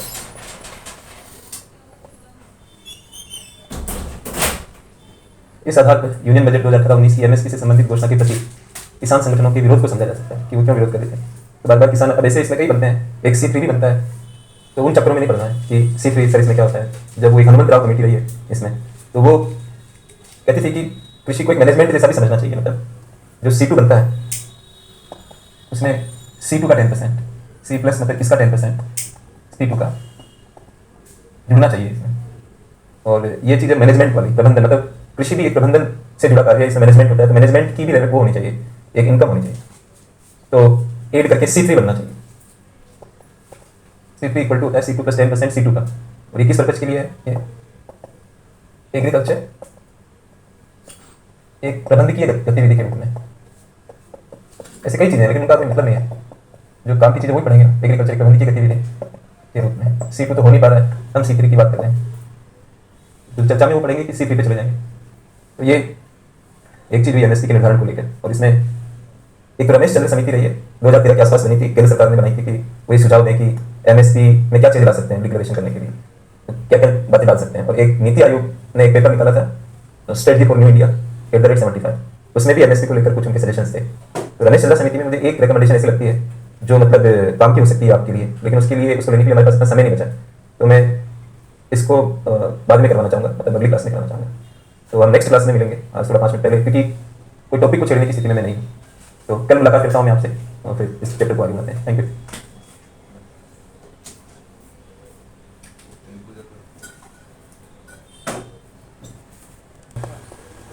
और फिर साक्षात्कार है, इंटरव्यू। आप यहाँ चल रहे हो अभी इस जगह पे, मेंस में चलते हैं। तो जब आप मेंस पढ़ते हो और अलग अलग विषय पढ़ते हो तो आप यूँ जाते हो, जैसे इसको हम कहते हैं क्षैतिज में, इकोनॉमिक्स, पॉलिटी, मतलब गवर्नेंस, एथिक्स, ऐसे जा रहे हो तो क्षैतिज हुआ, राइट। और एक होता है कि आप ऐसे जा रहे हो और ऐसे जा रहे हो, ये वर्टिकल हुआ। तो मेंस का सिलेबस पढ़ते समय ये भी थोड़ा हम ध्यान लगा सकते हैं कि पीटी में हमें क्या फ़ायदा मिल सकता है और होना चाहिए। और पीटी के लिए आप थोड़ा सा 1 साल और बैक में जाओ, 2012 से ले लो, 2012 से लेकर अब तक के पेपर्स आप खरीद लो, तो आपको समझ में आएगा कि क्वेश्चन कैसे बन रहे हैं। तो आजकल कृषि के सवाल भी पीटी में आ जाते हैं। तो मेंस जो आप पढ़ रहे हो, इस पेपर देखो कि पूंजी निर्माण के भी सवाल है पीटी में। इसको क्लास की अगर मैं बात करूँ तो हम उनके बारे में हमने बात की थी, हमें कोई डाउट नहीं होता है। इस वजह से पैदा होती है कि जो स्वामी अपने बार के श्रमिकों का इस्तेमाल करते हैं, जिसमें किसान खुद भी शामिल है, कि कभी भी तो वहाँ पर लागत मानी जाती है। तो अब जब हम पे नहीं कर रहे तो हम ये समझ नहीं बट उसको लिखूँ कैसे, उसका मूल्यांकन करूँ कैसे। तो वो मैंने आपको उसका एक तरीका बताया कि अवसर लागत का एक कॉन्सेप्ट आपने छोड़ा है। पहला अवसर तो वही है कि जिसमें आप उसे यूज कर रहे हो, उसमें आपको सबसे अच्छा लगा होगा तभी उसको वहाँ लेके आए। लेकिन दूसरा सबसे महत्वपूर्ण विकल्प क्या था जिसको आपने छोड़ा, वही अवसर लागत कहलाएगी। ये बहुत अच्छा कॉन्सेप्ट था अवसर लागत का, अपॉर्चुनिटी कॉस्ट इसको इंग्लिश में बोलते हैं।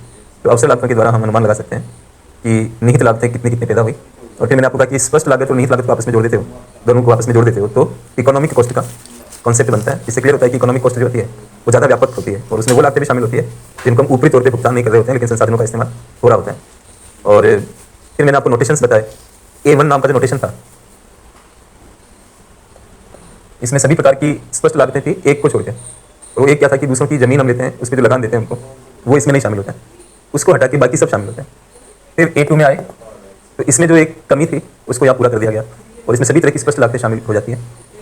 फिर इसके बाद हमारे A2 प्लस FL पे, और FL का मतलब होता है फैमिली लेवल। तो यहाँ सारी स्पष्ट लागतें आ गई। अब निहित लागतें 3 प्रकार की आपको बताई, जिसमें पारिवारिक श्रम एक है।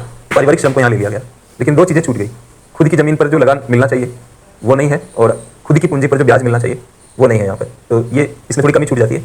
और जब हम C2 लेते हैं तो उसमें सब कुछ आ जाता है, स्पष्ट और अस्पष्ट या निहित सब इसमें आ जाता है। इस तरह से ये लागतों का अलग अलग तरीका हमने समझा। बजट जो 18-19 का था उसमें सरकार ने कहा कि वो 50% ज़्यादा MSP देगी A2 प्लस FL की तुलना में, और किसानों का कहना था कि आप इसका 50% ज़्यादा दो। और ये लागत का कॉम्प्रिहेंसिव मानक है। कॉम्प्रिहेंसिव का मतलब बहुत ज़्यादा व्यापक, और वो है भी जो कि मैंने आपको एक्सप्लेन किया। तो आज की क्लास में हम लोग एक समिति को लेंगे, फिर नीति आयोग ने क्या MSP को लेकर बोला हुआ है उन पर हम बातचीत करेंगे। तो नेक्स्ट हेडिंग आप लगाओ MSP पर, रमेश चंद्रा समिति।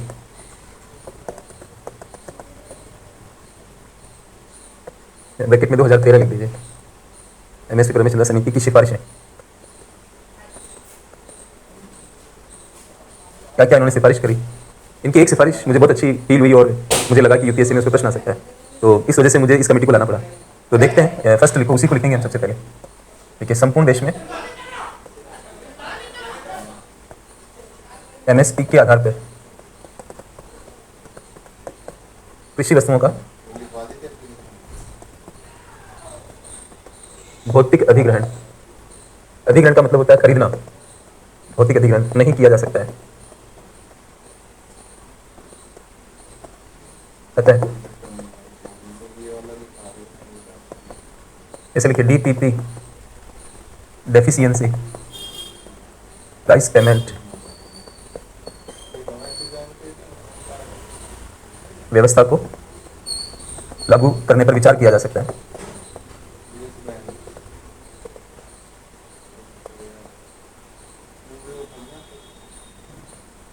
कमेटी कह रही है कि पूरे भारत में बहुत विशाल कंट्री है और 22 फसलें हैं जो मतलब MSP से जुड़ी हुई है, और एक FRP के हिसाब से गन्ना जुड़ा हुआ है। तो कमेटी कह रही है कि पूरे हिंदुस्तान में हम भौतिक रूप में ये वस्तु खरीद नहीं सकते। और आप पढ़ेंगे तो आपको पता भी लगेगा कि ज़्यादा खरीदारी होती है पंजाब में, हरियाणा में, वेस्टर्न यूपी में, आजकल मध्य प्रदेश जैसे राज्यों में, और पूरे हिंदुस्तान में बहुत आक्रामक रूप से खरीदारी करते हो सरकारी संस्थान, ऐसा नहीं है। तो फिर MSP का लाभ कैसे मिलेगा किसानों को अगर हम माल ही नहीं खरीदेंगे? सरकार के पास वो ढांचा नहीं है कि हर जगह पर वो खरीदारी कर सके। तो कमेटी कह रही है कि आप खरीदारी की नौबत ही मत लेके आओ, मतलब ये ऐसा सिस्टम है, वो मैं बताऊंगा आपको। तो कमेटी कह रही है कि ये ले आओ, डेफिशिएंसी प्राइस पेमेंट व्यवस्था को ले आओ। तो ये है क्या, इसको समझना पड़ेगा हम लोगों को। तो आप पैराग्राफ चेंज करके लिखो, मैं बोल रहा हूँ, आप लिखिए इस व्यवस्था में MSP इस व्यवस्था में एमएसपी की घोषणा यानी डिक्लेरेशन, एमएसपी की घोषणा तो की जाती है, एमएसपी की घोषणा तो की जाती है, लेकिन किसानों को ये कहा जाता है कि वे खुले बाजार में यानी कि ओपन मार्केट, खुले बाजार में, ये जो प्राइवेट मार्केट होता है इसी को बोल रहे हैं खुला बाजार, खुले बाजार में अपनी वस्तुओं को बेच दे, पूर्ण विराम लगाइए। यदि बाजार की कीमत एमएसपी की तुलना में कम रहती है, यदि बाजार की कीमत एमएसपी की तुलना में कम रहती है तो उसकी क्षतिपूर्ति बैंक खातों में कैश ट्रांसफर, नकदी हस्तांतरण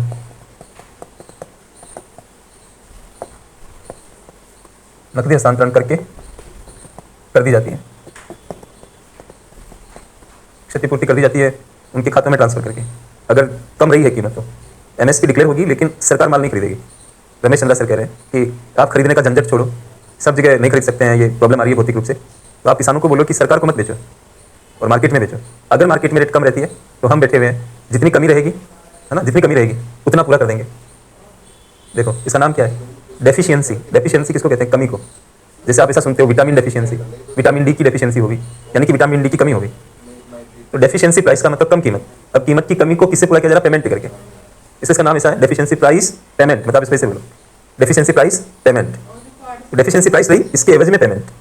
तो इसको न्यूमेरिकल से भी समझ सकते हैं हम लोग। जैसे मान लीजिए सरकार ने किसी फसल की एमएसपी 2000 रुपये पर क्विंटल तय की, ये एमएसपी है सपोज, 2000 रुपये प्रति क्विंटल एमएसपी तय की। किसान को बोला कि आप हमें मत दो, मार्केट में जाओ। तो मार्केट की जो कीमत है उसको हम क्या कहेंगे, मार्केट प्राइस। अब ये गया बाजार में 1500 रुपये का बिका उसका, तो ये प्राइस डेफिशिएंसी हो गई ना, ये कम पड़ गई, इसके सापेक्ष में कम पड़ गई। तो कितनी कम पड़ी, 500 रुपये प्रति क्विंटल कम पड़ी। तो ये जो गेप है 500 रुपये प्रति क्विंटल का, ये सरकार कवर कर देगी, उनके खाते में भेज देगी। अब आपने कितना क्विंटल बेचा उतना मल्टीप्लाई हो जाएगा 500 के साथ। मान लीजिए किसान ने 100 क्विंटल बेचा है, तो 500 को 100 क्विंटल से गुणा करके जो अमाउंट बनेगा 50,000 रुपये, वो उसके खाते में भेज देंगे। और प्रति क्विंटल उसको 1500 पड़ रहा है, 500 गवर्नमेंट दे रही है, तो ये तो मार्केट ने दे दिया और 500 सरकार ने दे दिया, तो 2000 रुपये हो गए, 2000 रुपये की एमएसपी है। ये सिस्टम लाने के लिए क्या कहते हैं कि इस कमेटी ने बोला, और ये आंशिक रूप से हमारे देश में लागू हो चुका है। एक पीएम आशा योजना हमारी सरकार ने शुरू की थी, उसके अंदर 3 उप योजनाएं बनी हुई है। तो मैं संदर्भ आपको देता हूँ, आप पैराग्राफ चेंज करिए और लिखिए, यह ध्यान देने योग्य है कि पीएम आशा इसका मतलब होता है प्रधानमंत्री अन्नदाता आय संरक्षण अभियान, प्रधानमंत्री अन्नदाता आय संरक्षण अभियान, ये जो स्कीम है, तो आप लिख रहे हैं ये ध्यान देने योग्य है कि पीएम आशा योजना, लैंग्वेज को पूरा कर लें, योजना की एक, इसको तो भूल जाते हैं, पीएम आशा योजना की एक उप योजना पीडीपीएस फुल फॉर्म है प्राइस डेफिशिएंसी पेमेंट सिस्टम, इसी विचार पर आधारित है।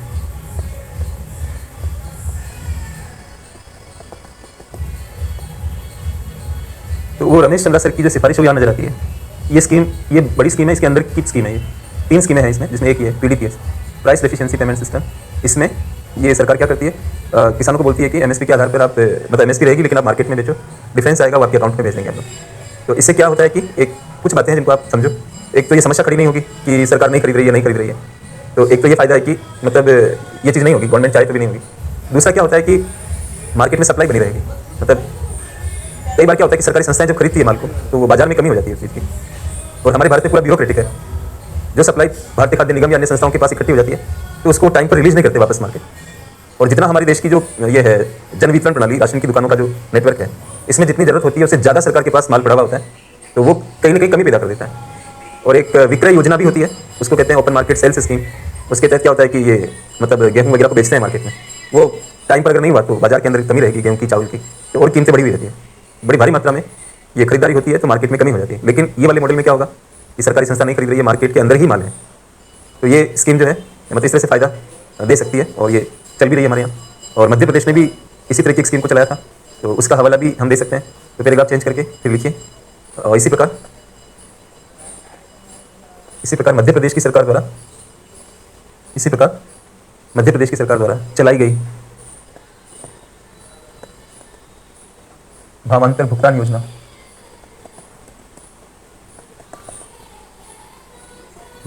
योजना, भी इसी विचार पर आधारित है।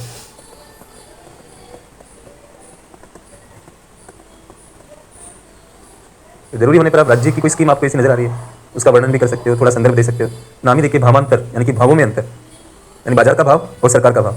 अगर इसमें डिफरेंस हुआ नीचे की तरफ, यानी कि बाजार कीमत कम हुई, तो सरकार क्या करेगी, भुगतान कर देगी। तो नाम थोड़ा डिफरेंट लग रहा है भावांतर, लेकिन बात तो वही है, भावों में अंतर। भावों में अंतर की सेंस में कि मार्केट रेट नीचे है, सरकार के ऊपर है, ये जो डिफरेंस है इसके बराबर सरकार किसान के खाते में पेमेंट कर देगी, ये बात है। फिर आप फिर से बदलिए और फिर लिखिए वर्ष 2015 में पहली बार भारत सरकार द्वारा वर्धा जिले के कपास उत्पादकों के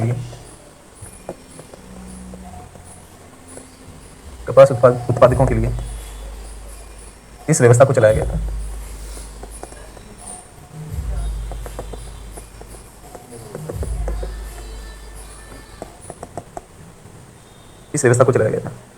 ये व्यवस्था समझाई, अलग अलग जगह कहाँ पर क्या हुआ वो सारा अपडेट मैंने आपको कर दिया।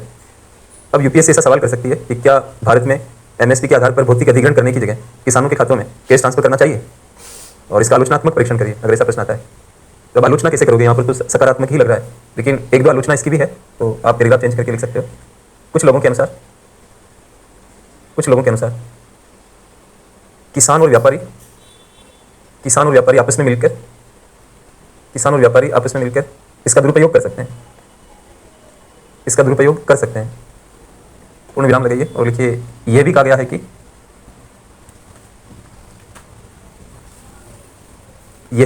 कि सरकार द्वारा अधिग्रहण नहीं करने से कृषि वस्तुओं की कीमतें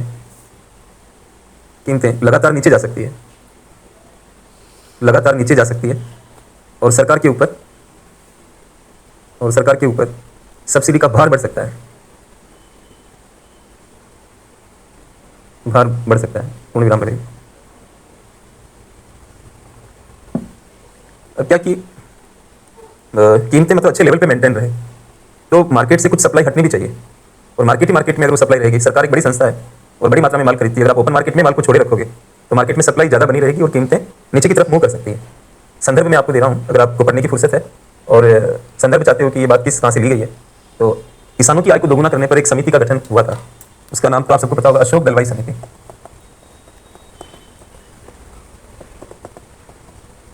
और सर को जानता हूँ मैं पर्सनली, तो इनकी रिपोर्ट्स मैंने पढ़ी और मैं जब भी फुर्सत में होता हूँ तो इनकी 14-15 रिपोर्ट्स हैं। तो पूरी फार्मिंग को समझने के लिए मैं अपने समय को देखकर फिर इन चीज़ों को बार बार पढ़ता हूँ। तो इनकी रिपोर्ट में एक में ये मेंशन किया हुआ है कि क्या इससे इश्यू आ सकता है, प्राइस डिप्रेशन का मतलब नीचे की तरफ जा सकती है निरंतर। अब जब जितनी वो एमएसपी से नीचे की तरफ जाएगी, ये एमएसपी है और ये मार्केट प्राइस है, तो एक तरह से मैं इसको ऐसे ले लेता हूँ, जितना दूर जाएगी मार्केट प्राइस उतना ये गैप बढ़ेगा, मतलब उतना ही सब्सिडी गवर्नमेंट को देनी पड़ेगी। ऊंची एमएसपी को भी सब्सिडी कहते हैं, ये बात हम समझ चुके हैं। तो इस तरह की, इसका मतलब दोस्तों ये बात तो क्लियर ही समझ आ रही है कि पूरे इंडिया में तो इसको हम नहीं कर सकते हैं, जहाँ हमें भौतिक अधिग्रहण में दिक्कत है वहीं पर हमें करना चाहिए इसे। तो बहुत अच्छा मटीरियल आपका तैयार हो गया कि अगर, और इसको आना ही है यूपीएससी में पूछेंगे, और एक बार तो आ चुका है लेकिन इस तरह से नहीं आया। उन्होंने कहा कि अगर हम भारत में सारी सब्सिडियों को कैश ट्रांसफर का रूप दे दें, बैंक अकाउंट से भेजें, तो भारत में इसका क्या प्रभाव पड़ेगा, ये प्रश्न आया हुआ है।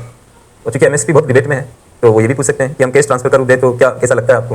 अगर इतना आपने लिख दिया तो बढ़िया नंबर मिलेंगे, जो उच्चतम मार्क्स होते हैं वो आपको मिल जाएंगे इसमें। और मतलब इससे बढ़िया सारे सोर्सेज मैंने यूज करके इस पर आपसे बातचीत की है। तो एक सुझाव जो कमेटी का था इंपॉर्टेंट, वो यही था कि सब जगह भौतिक अधिग्रहण नहीं हो सकता है, तो वहाँ पर आप कैश ट्रांसफर को लागू कर दो। तो उससे क्या प्लस माइनस होंगे, कहाँ पर क्या हुआ है, वो सारा कुछ हम लोगों ने लिख लिया। तो ये फर्स्ट रिकमेंडेशन था। बाकी की जो उनकी रिकमेंडेशन हैं वो इतनी इंपॉर्टेंट नहीं है, लेकिन उनको पढ़ेंगे हम लोग, उससे हमें क्लैरिटी आएगी, एमएसपी को लेकर हमें ज़्यादा समझ बढ़ेगी। तो दूसरा सिफारिश लिखा सेकंड उनकी,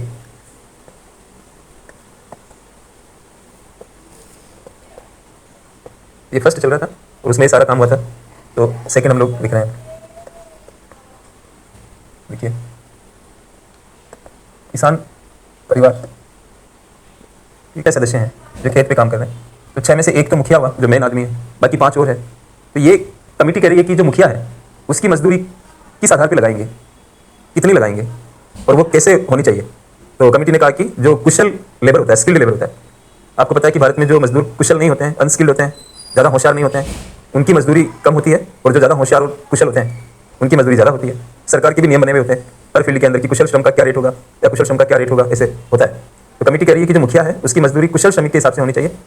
इसका मतलब क्या हुआ कि इस समय इंडिया में सारे परिवार 6 लोगों को जो मजदूरी का अनुमान लगाते हैं 6 लोगों के लिए, उनको अकुशल मान के लगाते हैं जैसे उनको कुशलता नहीं है, कम मजदूरी लगाते हैं। तो कमेटी ने कहा कि आप कम लगाते रहो, लेकिन जो मुखिया है उसकी सही लगाओ, उसको आप अकुशल मत मानो, उसको आप कुशल मानकर लगाओ। राइट, मुझे मतलब उम्मीद है कि आप समझ रहे होंगे इस बात को कि क्या यहाँ पे कहा जा रहा है। और सुझावों से भी तो हमें वर्तमान स्थिति का पता लगता है। जैसे कोई दोस्त आपका कहता है कि यार हार्ड वर्क करो, मतलब सुझाव दे रहा है, सुनने वाला इस बात का अनुमान लगा सकता है कि ये लड़का पढ़ता नहीं दिखता है, हार्ड वर्क नहीं करता दिखता, तभी इसका दोस्त इसको कह रहा है कि हार्ड वर्क करो। तो सजेशन से भी तो हमें स्थिति का पता लगता है, जहाँ कमी होती है तो सजेशन दिया जाता है। इसका मतलब वर्तमान में ये क्लियर है कि किसान को और उसके बाकी परिवार के सदस्यों को एक ही मान लेते हैं हम लोग, और सबको कम ज्ञान वाला मानकर कम मजदूरी उनकी लगाते हैं। जो कमेटी कह रही है कि गलत है, जो मुखिया है उसको अच्छा नॉलेज होता है, उसको आप सही मजदूरी लगाओ। तो एक बात ये हुई। तीसरा लिखिए, को सुझाव देता है, तो सुझाव देने से पहले इसको लागत का पता होना चाहिए। तो ये क्या करता है, इंडिया पूरे भारत में कुछ ब्लॉक्स लेता है। ब्लॉक आप जानते हो मतलब जिले का एक पार्ट होता है, खंड भी बोलते हैं, उपखंड भी बोलते हैं। तो एक ब्लॉक से एक गांव को की पढ़ाई करते हैं कि भाई कोई गांव लिया और उसमें किसान क्या लागत लगा रहे हैं, उसको उठाते हैं वो लोग। तो कमेटी कह रही है कि आप एक गाँव मतलब 2 गाँव में, उससे ज़्यादा सही अनुमान लगेगा, एक से पता नहीं लगेगा, कमेटी का ये कहना है। तो हमारे द्वारा ये पढ़ने से क्या हुआ कि हमें ये अंदाज लगा कि एमएसपी तय कैसे होती है भारत में, यानी कि ऑफिस में बैठे बैठे वहीं से अनुमान लगा रहे हैं, फील्ड में जाना पड़ता है और क्या कहते हैं रिसर्च करना पड़ता है। तो एक ये उनकी सिफारिश थी। अगला लिखेंगे चौथा, भूमि पर लगान का अनुमान। तो सरकार ये सीएससीपी जो लागत निकालता है तो उसमें लगान का जो आइडिया लगाता है, तो वो कमेटी कह रही है कि वास्तव में इंडिया में कितना लगान वसूला जा रहा है वो आप मेंशन करो, लगान का आदर्श स्तर। और आपको याद होगा कि भूमि सुधार मैंने आपको पढ़ाया सबसे पहले, तो आपको याद होगा काश्तकारी सुधार पहला पढ़ाया था आपको, ये बिचौलियों का अंत, और दूसरा पढ़ाया था काश्तकारी सुधार। काश्तकारी सुधारों में लगान का नियमन एक था सबसे पहले। वहाँ हमने लिखा कि पूर्व योजना आयोग ने कहा कि लगान 20 से 25% की रेंज में हो सकता है, इससे ज़्यादा नहीं। जितना उत्पादन है उसका 20 से 25% की रेंज में होना चाहिए, इससे ज़्यादा नहीं। और हमने ये भी लिखा था क्लास में कि अधिकांश मामलों में लगान का स्तर 50% देखने को मिलता है। लेकिन सीएससीपी क्या कर रहा है कि जो लगान होना चाहिए वो लगा रहा है, 20 से 25% होना चाहिए, लेकिन वास्तविकता में तो ज़्यादा है। तो कमेटी का कहना है कि ज़्यादा है तो आप ज़्यादा लगाओ, ताकि किसान की लागत का सही अनुमान लगना चाहिए। तो एक ये है, 5वां लिखें आप, सीएससीपी, इसका नाम बदलकर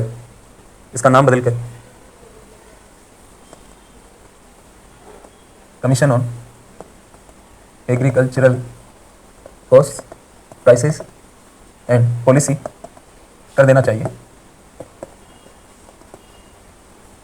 इसमें एक वर्ड और जोड़ दिया, पॉलिसी। अभी हुआ नहीं है, कमेटी ने बोला कि ये सिर्फ रिकमेंडेशन करता है और कोई काम नहीं है, तो पॉलिसीज बनाने में भी इसका कोई रोल निकाला जाना चाहिए।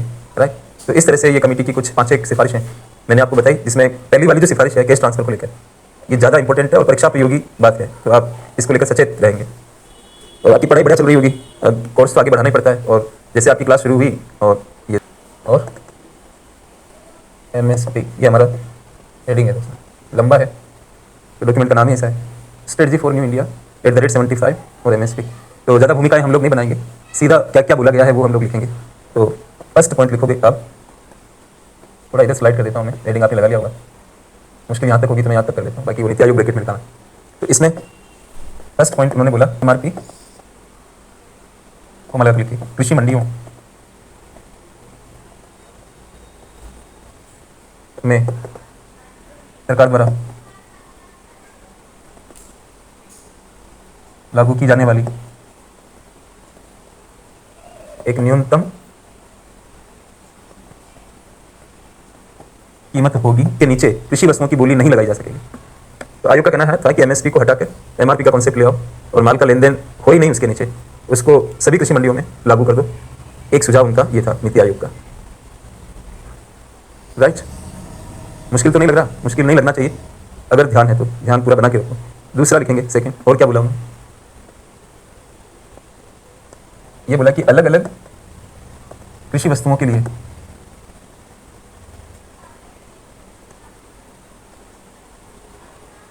एमएसपी निर्धारण की अलग अलग विधियों का प्रयोग होना चाहिए।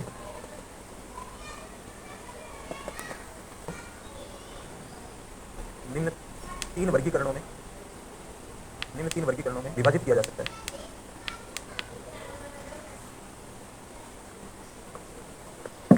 ये बोल रहा है क्या वर्गीकरण हो सकते हैं, तो लिखो आप तीन वर्गीकरण जो उन्होंने बता रहे हैं कि तीन भागों में विभाजित किया जा सकता है। तो फर्स्ट लिखिए,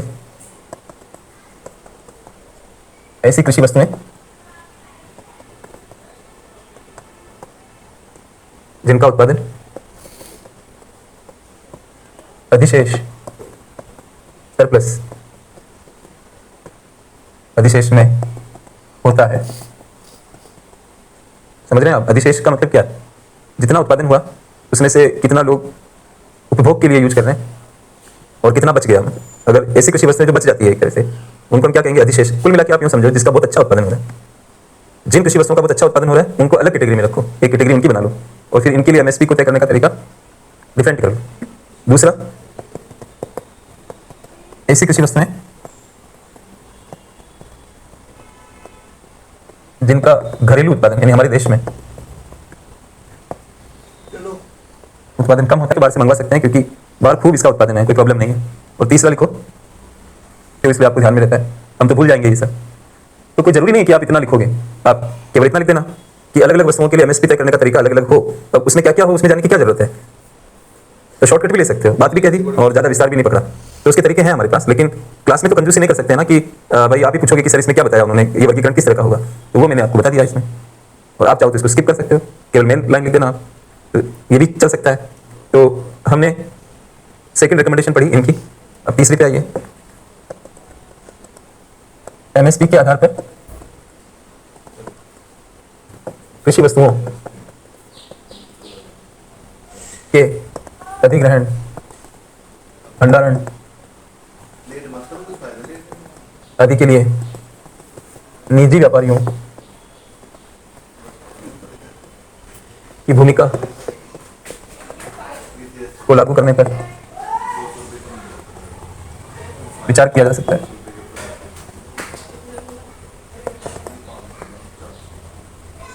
यानी कि प्राइवेट लोगों को बोलो कि वो माल खरीदे गवर्नमेंट की ओर से, भंडारण कर ले, ऐसा प्राइवेट सेक्टर को भी ला सकते हो। नीति आयोग ऐसा बोल रहा है, तो ये भी एक सीमा तक लागू हुआ है इंडिया में। तो आप यहां से पैराग्राफ बदल के लिखो, यह ध्यान देने योग्य है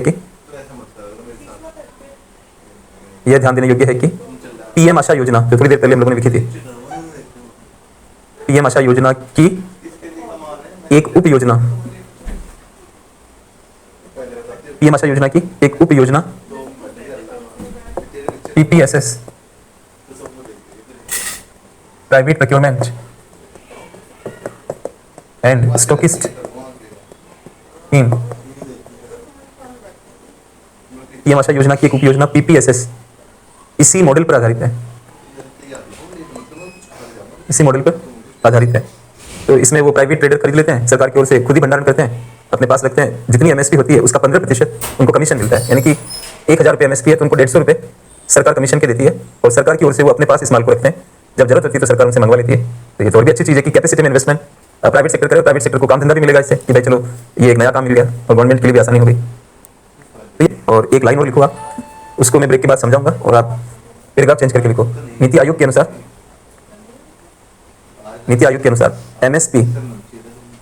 एमएसपी किसानों की समस्या का समाधान नहीं कर सकती है। हम चाहे कि एमएसपी से ही सारी बातें हो जाएगी और किसान खुश हो जाएगा, मतलब खुश हो सकता है, समस्या नहीं सुलझेगी, समाधान नहीं हो सकता है। जरूरी है कि आगे लिखे, जरूरी है कि भारत में कृषि वस्तुओं का स्टेबल यानी कि स्थिर, कृषि वस्तुओं का स्टेबल, कॉम्पिटिटिव, प्रतियोगी और यूनिफाइड, एकीकृत बाजार विकसित हो। पढ़ना पड़ेगा दोस्तों, आपको नहीं समझ आ रहा है तो भी क्या किया जा सकता है, इसको हटा देना। रेत में मुंह छिपा लेने से और आंख बंद कर लेने से सच्चाई तो छिप नहीं जाती। शुतुरमुर्ग हमें बनना नहीं है। और ये ये वो लैंग्वेज यूज कर रहे हैं, तो क्या करें? इसको क्लास में पढ़ना पड़ेगा, कोई रास्ता नहीं है। अब रास्ता एक ही है कि मैं आपको समझाऊं और आप समझने पर ध्यान दो। मैं सब कर दूंगा, बस आप अपने माइंड को मजबूत करके चलो। ये इन सब चीज़ों का क्या महत्व है ये सब मैं बता दूंगा आपको। तो ब्रेक के बाद मिलते हैं, 10 मिनट के कल विराम के बाद, फिर आके मैं इनको एक्सप्लेन करूंगा। धन्यवाद। सोचा होगा आपने इनके बारे में 10 मिनट के गैप, ये जो उतार चढ़ाव है सॉरी, इसके हिसाब से किसान निर्णय कैसे करे?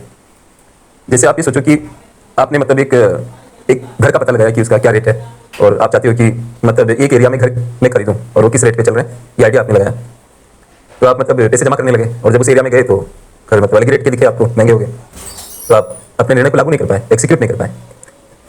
अगर आपका सिलेबस है यूपीएससी का, अपनी तैयारी कर रहे हो, फिर सिलेबस चेंज हो गया, तो कैसे समझ आएगा कि हम क्या पढ़ें? कोई भी मंजिल है, कोई भी लक्ष्य स्थिर रहना चाहिए, जिसको देखकर हम अपने आप को ठीक करते हैं। वो चीज़ क्या होनी चाहिए? स्थिर होनी चाहिए। तो किसान, जैसे हम एमएसपी देखते हैं, तो एमएसपी क्या है? स्थिर रहती है, या अगर उसको चेंज भी होना होता है तो वो बढ़ेगी। तो किसान निर्णय कर सकता है कि ये तो मेरे को मिलेगा। और दोस्तों, और बढ़िया एग्जाम्पल आप जुड़ावा ले सकते हैं कि हम सभी लोग, भारतीय लोग क्या सोचते हैं कि गवर्नमेंट जॉब मिले, सरकारी नौकरी मिले। अब कोई पूछता है कि सरकारी नौकरी क्यों चाहिए, तो आपके पास कई तरह के तर्क होते होंगे कि भाई इसमें प्रतिष्ठा रहती है, जो भी है, या अगर मैं प्रशासन में हूँ तो मेरे पास पावर भी रहेगा और जॉब डाइवर्सिफिकेशन भी रहेगा, क्योंकि प्रशासनिक जॉब्स बदलते रहते हैं, डिपार्टमेंट चेंज होते रहते हैं, तो वो भी एक है। लेकिन सबसे बड़ा जो कारण है कि हम गवर्नमेंट जॉब में क्यों जाना चाहते हैं, स्थिरता है। मतलब एक बार हम चले गए तो बहुत बड़ी गलती अगर हम नहीं करते हैं तो हमें जॉब से कोई निकालेगा नहीं बाहर, और हमारे डिसएडवांटेज में सैलरी बदलेगी नहीं, अगर बदलनी है तो एडवांटेज में बदलेगी। और उसके नियम भी पहले से ही होते हैं कि कब कब इंक्रीमेंट लगना है, कब कब क्या होना है, तो स्टेबिलिटी है ना उस चीज़ में। बिजनेस आदमी करने वाला क्या कहता है? हमेशा ये कहता रहता है कि गवर्नमेंट जॉब वालों को कि आप सुखी हो, मतलब आपको एक तनख्वाह मिलती रहती है और आपको ये भी पता होता है कि कब कभी बढ़ेगी, तो अपना बजट उसके अनुसार बना के आप जीवन चलाते हो और सुखी रहते हो। हम लोगों को अचानक कुछ मिल जाता है, सुखी हो जाते हैं, लॉस हो जाता है बिजनेस में, दुखी हो जाते हैं। ये उतार चढ़ाव हम सहन नहीं कर पाते, तो यही प्रॉब्लम है दोस्तों। स्थिरता बहुत जरूरी होती है। पॉलिटिकल फील्ड में भी स्थिरता हम देखते हैं, चाइना में कम्युनिस्ट पार्टी ऑफ चाइना, उसका शासन चल रहा है, जो भी है एक पार्टी है, राइट। अब पॉलिटिकल क्षेत्र में भी अप डाउन होते रहते हैं, तो ये भी अच्छा नहीं माना जाता है। तो स्थिरता इसलिए जरूरी है, स्थिरता से डिसीजन हो पाता है। स्थिरता नहीं होगी तो डिसीजन नहीं हो पाएगा कि हम क्या करें। तो किसान बुवाई करता है तो उसको पता रहना चाहिए कि मेरे को ये कीमत मिलेगा, इसमें उतार चढ़ाव नहीं होगा। तो नीति आयोग कह रहा है कि एमएसपी किसान की समस्या का समाधान नहीं हो सकती है, आप मार्केट ऐसा बनाओ जिसमें कीमतें स्थिर रहे, तो वो उसको फायदा होगा। बाजार में प्रतियोगिता हो, प्रतियोगिता किस साइड में हो? ये व्यापारियों के स्तर पर। मंडियों में जाते हैं तो व्यापारियों में प्रतियोगिता नहीं रहती है, वो लोग ग्रुप बना लेते हैं, संघ बना लेते हैं, जिनको इकोनॉमिक्स की तकनीकी भाषा में कार्टेल कहते हैं। ये एक शब्द था कार्टेल।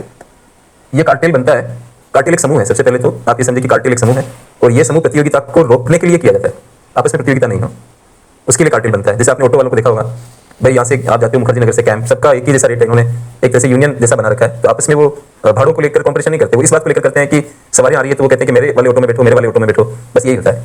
लेकिन रही बात भाड़े की, तो वो जो उन्होंने तय कर रखा वही रहता है, तो वहाँ उन्होंने कॉम्पिटिशन को हटा दिया। ऐसे किसान मंडी में जाता है, कुछ व्यापारी ही वहाँ पर रहते हैं, कॉम्पिटिशन होता नहीं उनके बीच में। तो कृषि वस्तुओं का जो बाजार है उसमें प्रतियोगिता नहीं हो रही है। नतीजा क्या हो रहा है कि किसान को कम कीमती लोग देते हैं। अगर व्यापारियों में प्रतियोगिता होने लगी, जैसे बैंकों में प्रतियोगिता होती है, तो बैंक क्या करते हैं? अब बताओ कि जैसे हम पैसा जमा कराते हैं बैंकों में, तो बैंक जब प्रतियोगिता करते हैं तो वो कहते हैं कि भाई हमारे यहाँ लोग ज़्यादा जमा कराएं, तो इसका नतीजा क्या होगा?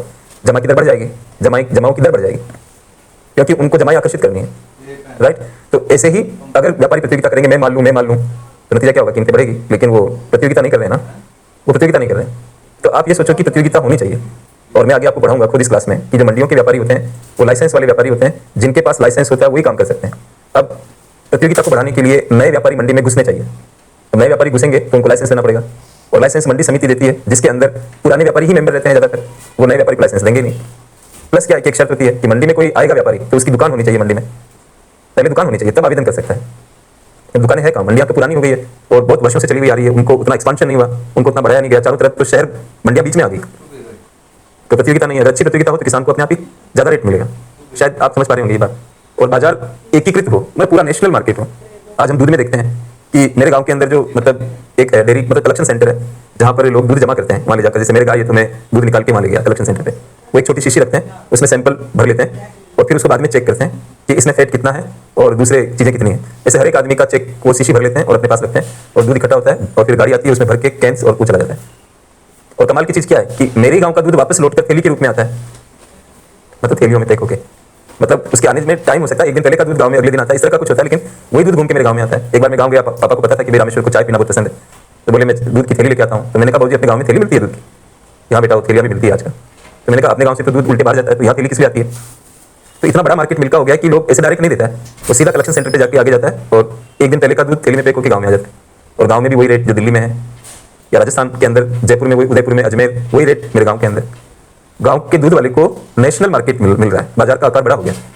बाजार का आकार बड़ा नहीं होगा तो मार्केट लोकल रहेगा। मेरे गांव में ही अगर दूध का मार्केट हो और आगे कनेक्टिविटी नहीं हो तो आपको अनुमान लगाइए कि दूध का रेट कितना नीचे चला जाएगा। मार्केट की साइज जितनी छोटी होगी, जितनी लोकल होगी, उतनी कीमत नीचे की तरफ जाएगी। और मार्केट जितना बड़ा होगा, ये मार्केट बड़ा कैसे होता है? यूनिफिकेशन से, आपस में जुड़ने से मार्केट बड़ा होता है। तो एकीकृत बाजार, जुड़ी हुई बाजार प्रणाली होनी चाहिए।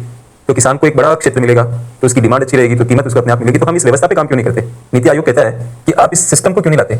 सिस्टम से समाधान होगा कि एमएसपी से समाधान होगा? कितने साल तक एमएसपी से? अच्छा, आप ये सोचो ना कि एमएसपी से भी ज्यादा कीमत मिले किसान को। आप ये दिमाग लगाओ, हम एक रेंज में उसको बांध के क्यों रखें? तो उसके लिए आप इसको डेवलप करो। हो सकता है कि जो एमएसपी गवर्नमेंट दे रही है उससे भी ज्यादा उसको मिले। और इस मार्केट को आप इंटरनेशनल बना दो ना, यूनिफिकेशन ऐसा करो कि ग्लोबलाइज्ड मार्केट हो जाए, तो आपको और बड़ा मार्केट मिलेगा। तो शायद बात आपको समझ में आई होगी कि वापस बता देता हूँ कि ये जो स्थिरता है, ये ऐसे ऐसे जो होता है, इसको हटा के स्मूथनेस लाते हैं हम ऐसे, तो हमें ज़्यादा किसान को निर्णय लेने में आसानी होती है। प्रतियोगिता होने से अच्छी कीमत मिलेगी क्योंकि व्यापारी सांठ-गांठ नहीं करेंगे, और बाजार एकीकृत होने से भी उसको अच्छी कीमत मिलेगी।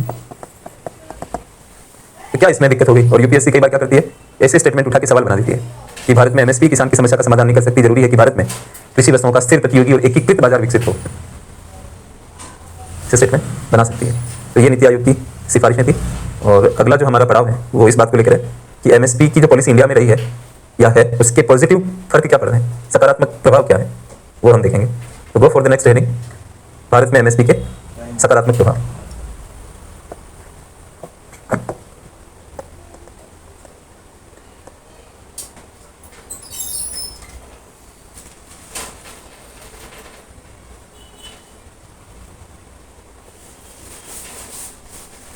बस लिखें। देखिए, भारत में किसानों में हरित क्रांति, भारत में किसानों में हरित क्रांति से जुड़ी कृषि की नई तकनीकी को लोकप्रिय बनाने में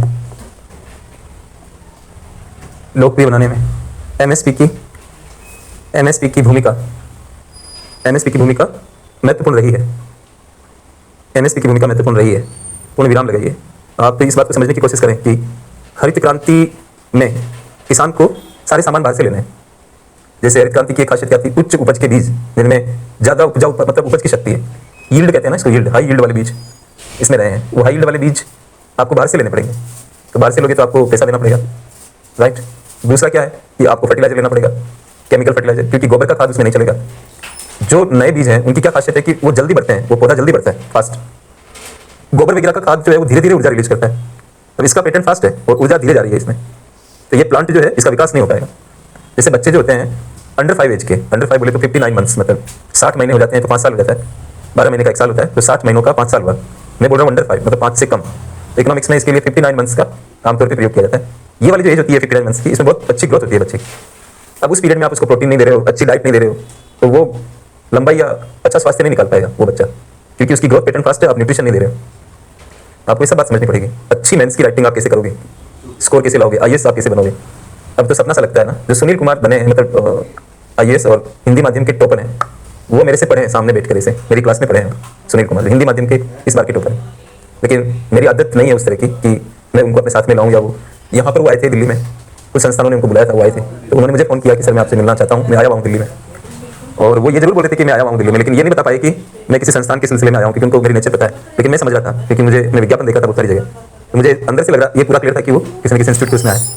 तो वो बोले कि सर मिलना है। उसमें मेरे 4 क्लास चल रहे थे, तो मैंने कहा सुनील जी आज तो नहीं हो पाएगी मुलाकात, अगले दिन देखते हैं। अगले दिन भी नहीं हो पाया। मेरी जगह यहाँ पर कोई और होता तो वो खुद उनको लेने के लिए चला जाता कि सर, मतलब स्टूडेंट को भी सर बोल देता और उनको लेके आता और अपना फोटो भी साथ में खींचते और ये सब होता। तो मुझे इन सब चीज़ों से कोई लेना देना नहीं है दोस्तों। मैं क्लास के अंदर सिर्फ अनुशासन की बात करता हूँ, मैं वैल्यू सिस्टम को क्रिएट करने की बात करता हूँ कि वैल्यू क्रिएट करो अपने समय की, अपनी चीज़ों की, हर चीज़ की। हम खुद ऐसे हो जाएंगे तो आपको क्या संदेश दे पाएंगे। इसलिए मैं हमेशा फोकस करता हूँ चीज़ों के ऊपर। अब आपको हर जगह माइंड अप्लाई करना है, फुर्सत नहीं है यहाँ पर बिल्कुल भी। मैंने आपको कहा कि एमएसपी जो है वो, सॉरी माफ करिए, हरित क्रांति जो है वो एक प्रकार की कैश क्रांति है। आपको उच्च उपज के बीज बाहर से लेने हैं। पहले किसान क्या करते थे, अपने बीज बचा लेते थे फसल में से, तो जेब से पैसा खर्च नहीं होता था। उर्वरक इस तरह का केमिकल फर्टिलाइजर नहीं होता था। जो गोबर होता था पूरे साल भर वो एक पिट बना के, गड्ढा खोद के, उसमें अपने पशुओं का गोबर, और गांव में तो दूसरे पशु भी घूमते रहते हैं, उनका गोबर भी लोग इकट्ठा करते हैं, वो उस पिट में डालते रहते हैं। धीरे धीरे वो जमा होता रहता है, खूब भर जाता है, और उस गोबर को गाड़ियों में भर के ले जाते हैं। और ऐसा नहीं होता, कोई भेड़ बकरी वाला हो तो उसको बोलते हैं कि भाई आप जो भेड़ बकरी अपने घर ले जा रहे हो तो 7 दिन के लिए हमारे खेत में बिठा दो इनको।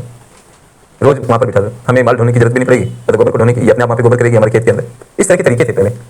और बैलों का प्रयोग, कोई लागत नहीं। पानी निकालने के लिए भी बैलों का प्रयोग, चमड़े का बड़ा सा ढोल बना के और उसको रस्से से बांध के वो बैलों को पीछे खींचते हैं, पानी उसमें भरते हैं, फिर बैल हो जाते हैं, सारा पानी ढुलता है और वो नालियाँ बनी हुई होती है, उन नालियों से सिंचाई होती थी।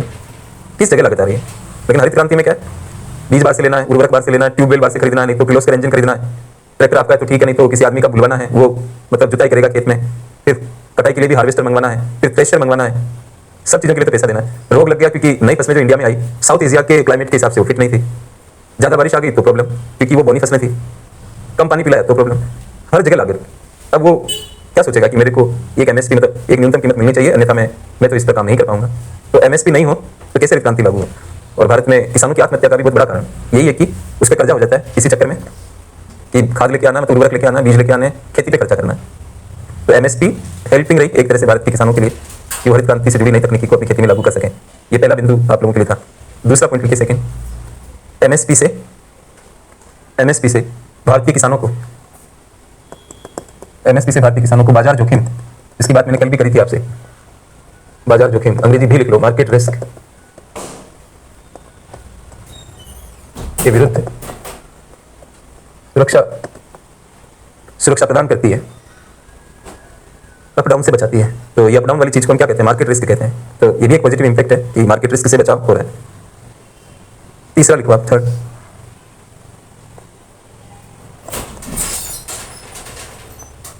एमएसपी से, ये ऐसा लिख सकते हो अंग्रेजी में क्योंकि WTO में यूज होने वाली लैंग्वेज है, वहां से लिया मैंने। भारत बोलता है ऐसा WTO, income and resource poor farmer, मतलब ऐसे फार्मर जो आय और संसाधन दोनों से निर्धन है, उनकी आर्थिक सहायता एमएसपी के जरिए कर सकते हैं, उनको ऊंची कीमत देकर कर सकते हैं। अब आइए फोर्थ पॉइंट, इसको ध्यान से पढ़ना पड़ेगा, चौथा वाला जो पॉइंट है, एमएसपी से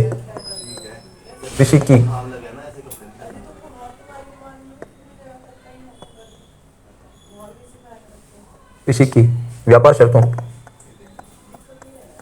इसको अंडरलाइन करो आप, व्यापार शर्तों, और इसको ऐसे लिखो, टी बड़ा, ओ छोटा और फिर टी बड़ा, फुल फॉर्म।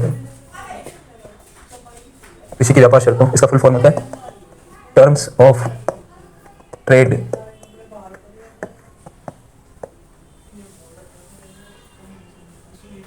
में सुधार किया जा सकता है। एक नया टर्म आ गया आपके सामने, व्यापार शर्तें क्या होती है, ये भी एक प्रॉब्लम है। एमएसपी से कृषि की व्यापार शर्तों में सुधार किया जा सकता है। पहले तो जितना लिखना उतना लिखते हैं, उसके बाद फिर इनके बारे में लिखेंगे। फिर आप चेंज करके लिखिए, ये ध्यान देने योग्य है कि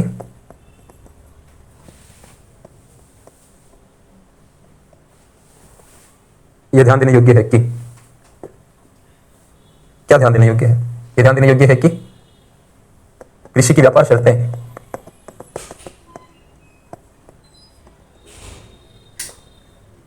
कृषि की उत्पादकता को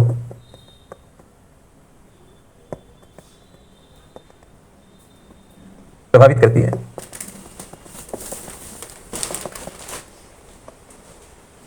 यहां से लिखो, यदि किसी कारण से कृषि की व्यापार शर्तों में गिरावट आती है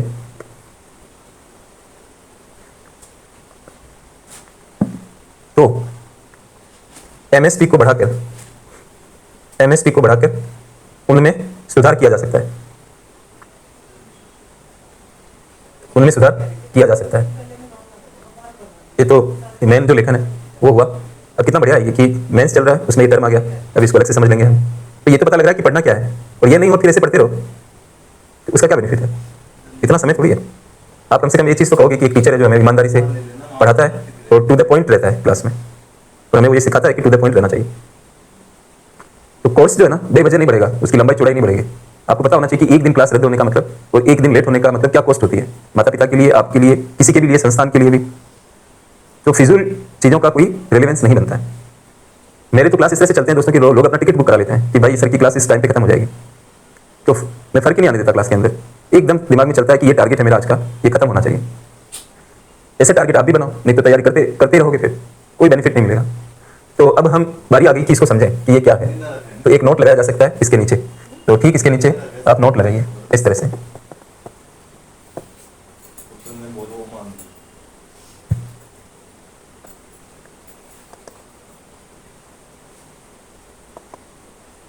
कृषि वस्तुओं को ध्यान से पढ़ना है। कृषि वस्तुओं, बस ध्यान की आवश्यकता है, बाकी मैं समझा दूंगा। कोई भी चीज, कृषि वस्तुओं की अन्य वस्तुओं। अब अन्य वस्तु कौन, इसको डिफाइन करना पड़ेगा। जैसे कि औद्योगिक वस्तुएं,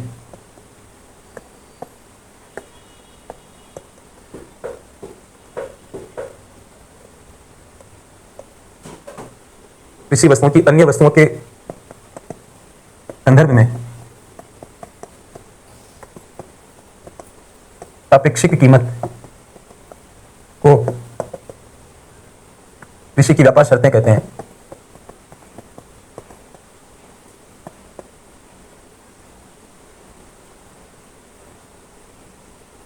सापेक्षिक कीमत, ये पूरा देखना पड़ेगा इसको। सारी दुनिया में सापेक्षिकता है, मतलब अन्यों के संदर्भ में आपको देखना पड़ता है। जैसे एक टापू है, उसमें सभी लोग निर्धन है, तो वहां कोई सापेक्षिकता नहीं हो रही है कि अगर कपड़े नहीं है तो किसी के पास नहीं है, घर नहीं है तो किसी के पास नहीं है, गाड़ी नहीं है तो किसी के पास नहीं है। तो कुछ नहीं होते हुए भी वो सुखी रहते हैं। कि ये सापेक्षिक रूप से आप नहीं कह सकते हो कि ये ज्यादा रखता है, ये कम रखता है। आदमी दुखी होता है ना इस बात से। अमर्त्य सेन सर कहते हैं कि, ध्यान से सुनना, पॉवर्टी इक्वली डिस्ट्रीब्यूटेड, यानी कि समान रूप से बटी हुई गरीबी, poverty equally distributed is better than richness unequally distributed. रूपांतरण कर देता हूं हिंदी में कि विषम रूप से बटी हुई अमीरी की तुलना में समान रूप से बटी हुई गरीबी ज्यादा अच्छी। लोग अमीर है लेकिन उनमें अंतर है, किसी के पास छोटी कार, किसी के पास बड़ी कार, किसी के पास छोटा घर, किसी के पास बड़ा घर। दुखी रहते हैं वो, उनको अपनी कार नजर नहीं आती, घर नजर नहीं आता, दूसरों के सामने छोटा महसूस करते हैं, तो वो हमेशा परेशान रहते हैं, कभी सुखी नहीं रहते। और आप किसी गरीब मोहल्ले में चले जाओ, बच्चे खेल रहे हैं, लोग हंसी मजाक कर रहे हैं, बैठे हुए हैं, क्रिकेट खेल रहे हैं, रेडियो सुन रहे हैं, वो बहुत खुश रहते हैं। ये सापेक्षिकता ओढ़ लेते हैं सापेक्षिकता को। एक छात्र पीटी में फेल हो गया तो तकलीफ हुई उसे, उसने सोचा चलो मेरे साथ जो होना था हो गया, अपने दोस्तों को फोन मिलाते हैं, बोले भाई तुम्हारा क्या हुआ? क्या बताऊं, नहीं हुआ मेरा। अच्छा तुम्हारा नहीं हुआ, मेरा भी नहीं हुआ। मतलब अलग ही रेस्पॉन्स आ गया, मेरा भी नहीं हुआ, तो मैं तेरे पास आऊँ या तू मेरे पास आएगा, तो मिलते हैं, लेट अस एंजॉय फेल्योर, विफलता को एंजॉय करते हैं। ऐसा तो नहीं बोलेंगे, लेकिन उसका मतलब यही है। चाय पियेंगे और देखते हैं एक हमारा तीसरा दोस्त और है मिलने वाला, उसका पूछते हैं, दोनों उससे बात करते हैं, उससे बात की तो वो भी फेल। तो इनका जो दुख है वो धीरे धीरे कम हो गया, ये बहुत ज्यादा हो जाता। खुद फेल होने का जो दुख है वो अलग है, और जब ये सुनते हैं कि दूसरा पास हो गया तो और ज्यादा दुख हमें क्यों होता है? ये सापेक्षिकता है हर जगह। आपके मेंस में नंबर आए ज्यादा, आपके मेंस में नंबर आए ज्यादा पहले की तुलना में, और फिर भी रैंक नीचे चला गया क्योंकि दूसरों के आपसे भी ज्यादा आगे, तो आपकी सफलता आपके नंबरों पर कहाँ डिपेंड करेगी? आपकी सफलता तो सापेक्षिकता पर निर्भर करेगी। तो अब मैं ज्यादा खींच नहीं पाऊंगा इस विषय को, अब सीधा कृषि पर आएंगे हम लोग, यहाँ क्या सापेक्षिकता है। कृषि वस्तुएं जैसे कि अनाज, दाल, फल, सब्जी, ये सब जितनी भी वस्तुएं हैं, इनकी मैं एक कीमत मान लेता हूँ, जिसको कीमत को क्या बोलते हैं, पी, और मैं कृषि वस्तुओं की औसत कीमत को पीएक्स मान लेता हूँ, राइट। और ये कृषि वस्तुओं की क्या है, पढ़ना तो पड़ेगा। अगर मेरे बस की बात होती तो मैं कभी नहीं लिखता, मैं कभी नहीं चाहता कि हमारी क्लास में जटिलता आए, मैं कभी नहीं चाहता, लेकिन मैं ये भी नहीं चाहता कि आपके नंबर नहीं आए। तो फिर मैं सोचता हूँ कि मैं क्या करूँ, तो फिर मैं सोचता हूँ कि फिर जटिल ही रहने दो, है ना, नंबर तो आएंगे, अब ये तो हमें करना ही होगा। तो इसमें आसान भी है कि सारी कृषि वस्तु की औसत कीमत हमने पीएक्स मान ली, या यूँ मान लो कि एक ही कृषि वस्तु है जिसकी कोई कीमत है, उसको हम पीएक्स बोल रहे हैं, ऐसा भी सोच सकते हो।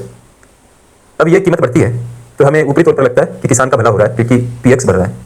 यहाँ भी समझ आ रहा होगा कि पीएक्स बढ़ता है तो किसान को ज़्यादा कीमत मिल रही है, और ये मुद्दा भारत में चल ही रहा है ना कि भाई किसानों को अच्छी कीमत मिलनी चाहिए। लेकिन हम यहाँ सापेक्षिकता भूल जाते हैं कि निरपेक्ष रूप से कृषि वस्तु की बढ़ी हुई कीमत क्या वाकई में नेट रूप में जाकर किसान का कल्याण करेगी।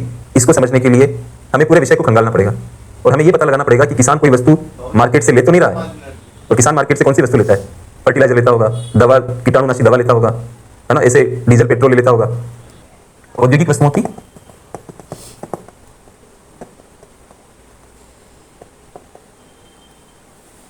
औसत कीमत, ये किसान, मतलब आप इसे समझ लो दो कंट्री हैं, एग्रीकल्चर एक राष्ट्र है, उद्योग दूसरा राष्ट्र है, वो आपस में ट्रेड कर रहे हैं, लेना देना कर रहे हैं, ठीक है।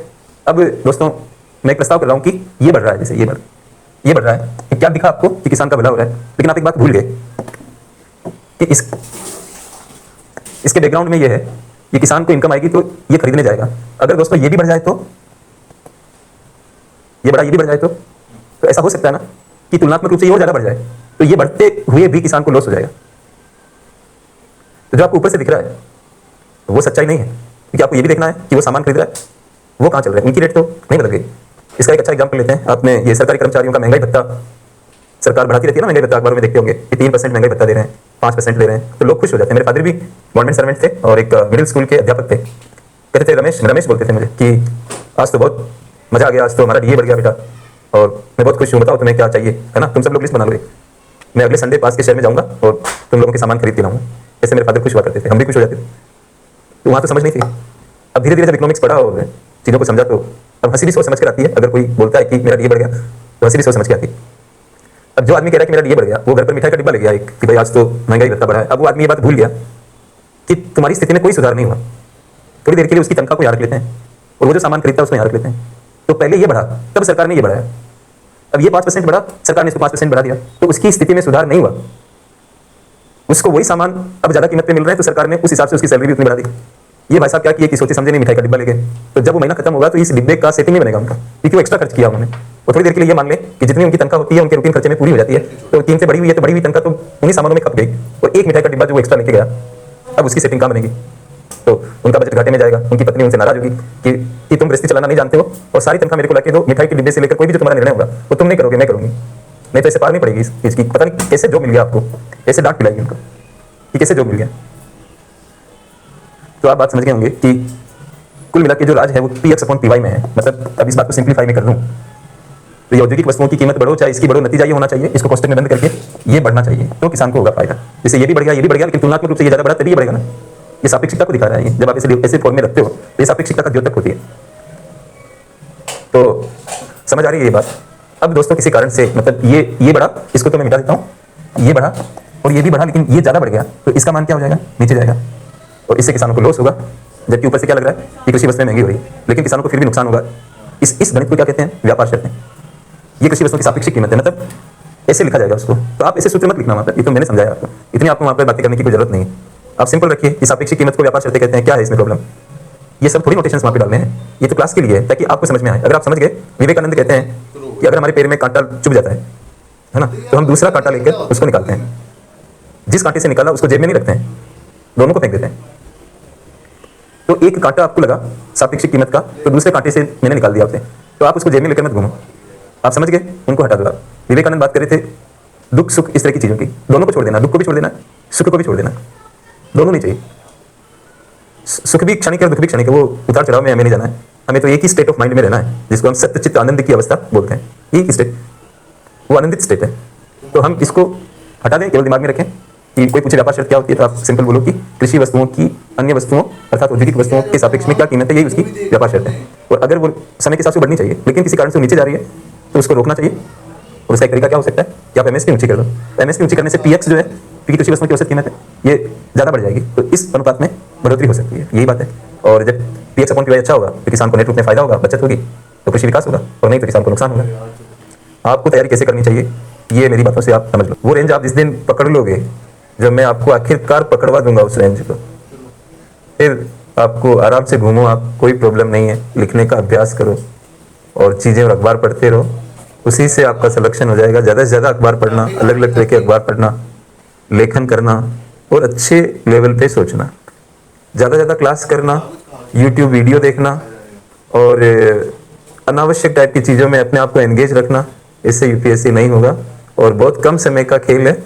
6 महीने के अंदर ही कामयाबी प्राप्त की जा सकती है इस तरह से तैयारी अगर आप करते हो तो व्यापार शर्त वाला मुद्दा हो गया। नेक्स्ट आप लिखोगे सीक्वेंस, आपको पता होगी। तो हम 4 बिंदु लिख चुके हैं, 5वें पे आइए।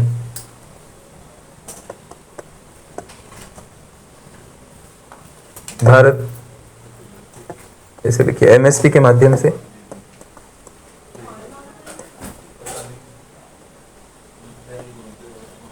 भारत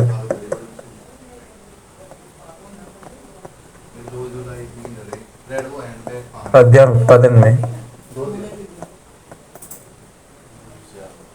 आत्मपूर्णता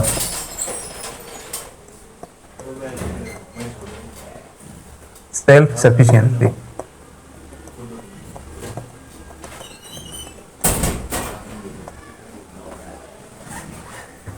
की स्थिति प्राप्त कर पाया है।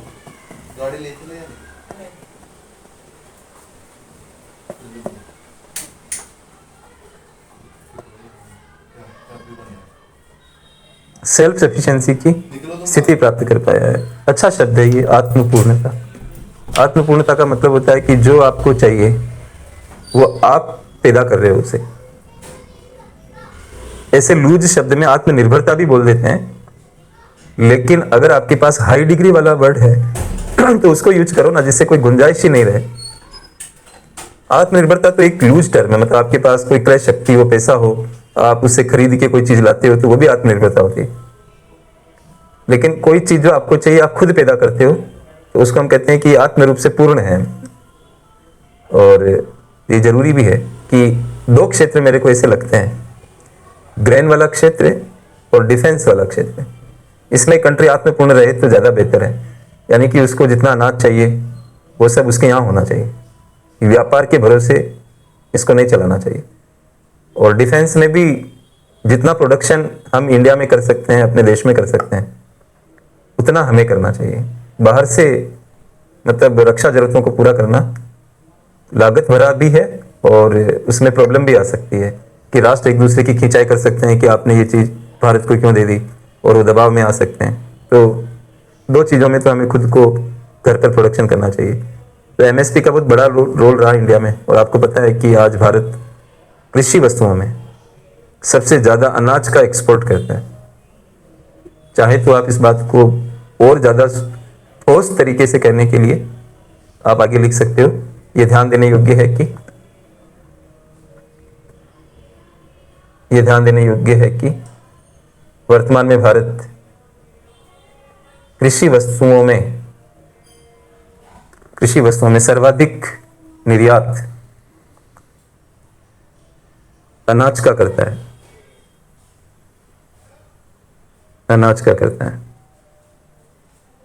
तो ये 5 बिंदु आप ध्यान में रखिए। पैराग्राफ चेंज करेंगे। एमएसपी के उपर्युक्त सकारात्मक प्रभावों के आधार पर यह नहीं कहा जा सकता है कि भारत में एमएसपी की नीति पूर्ण रूप से आलोचनाओं से मुक्त है।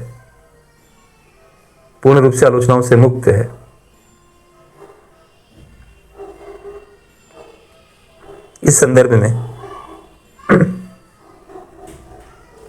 निम्न बिंदुओं पर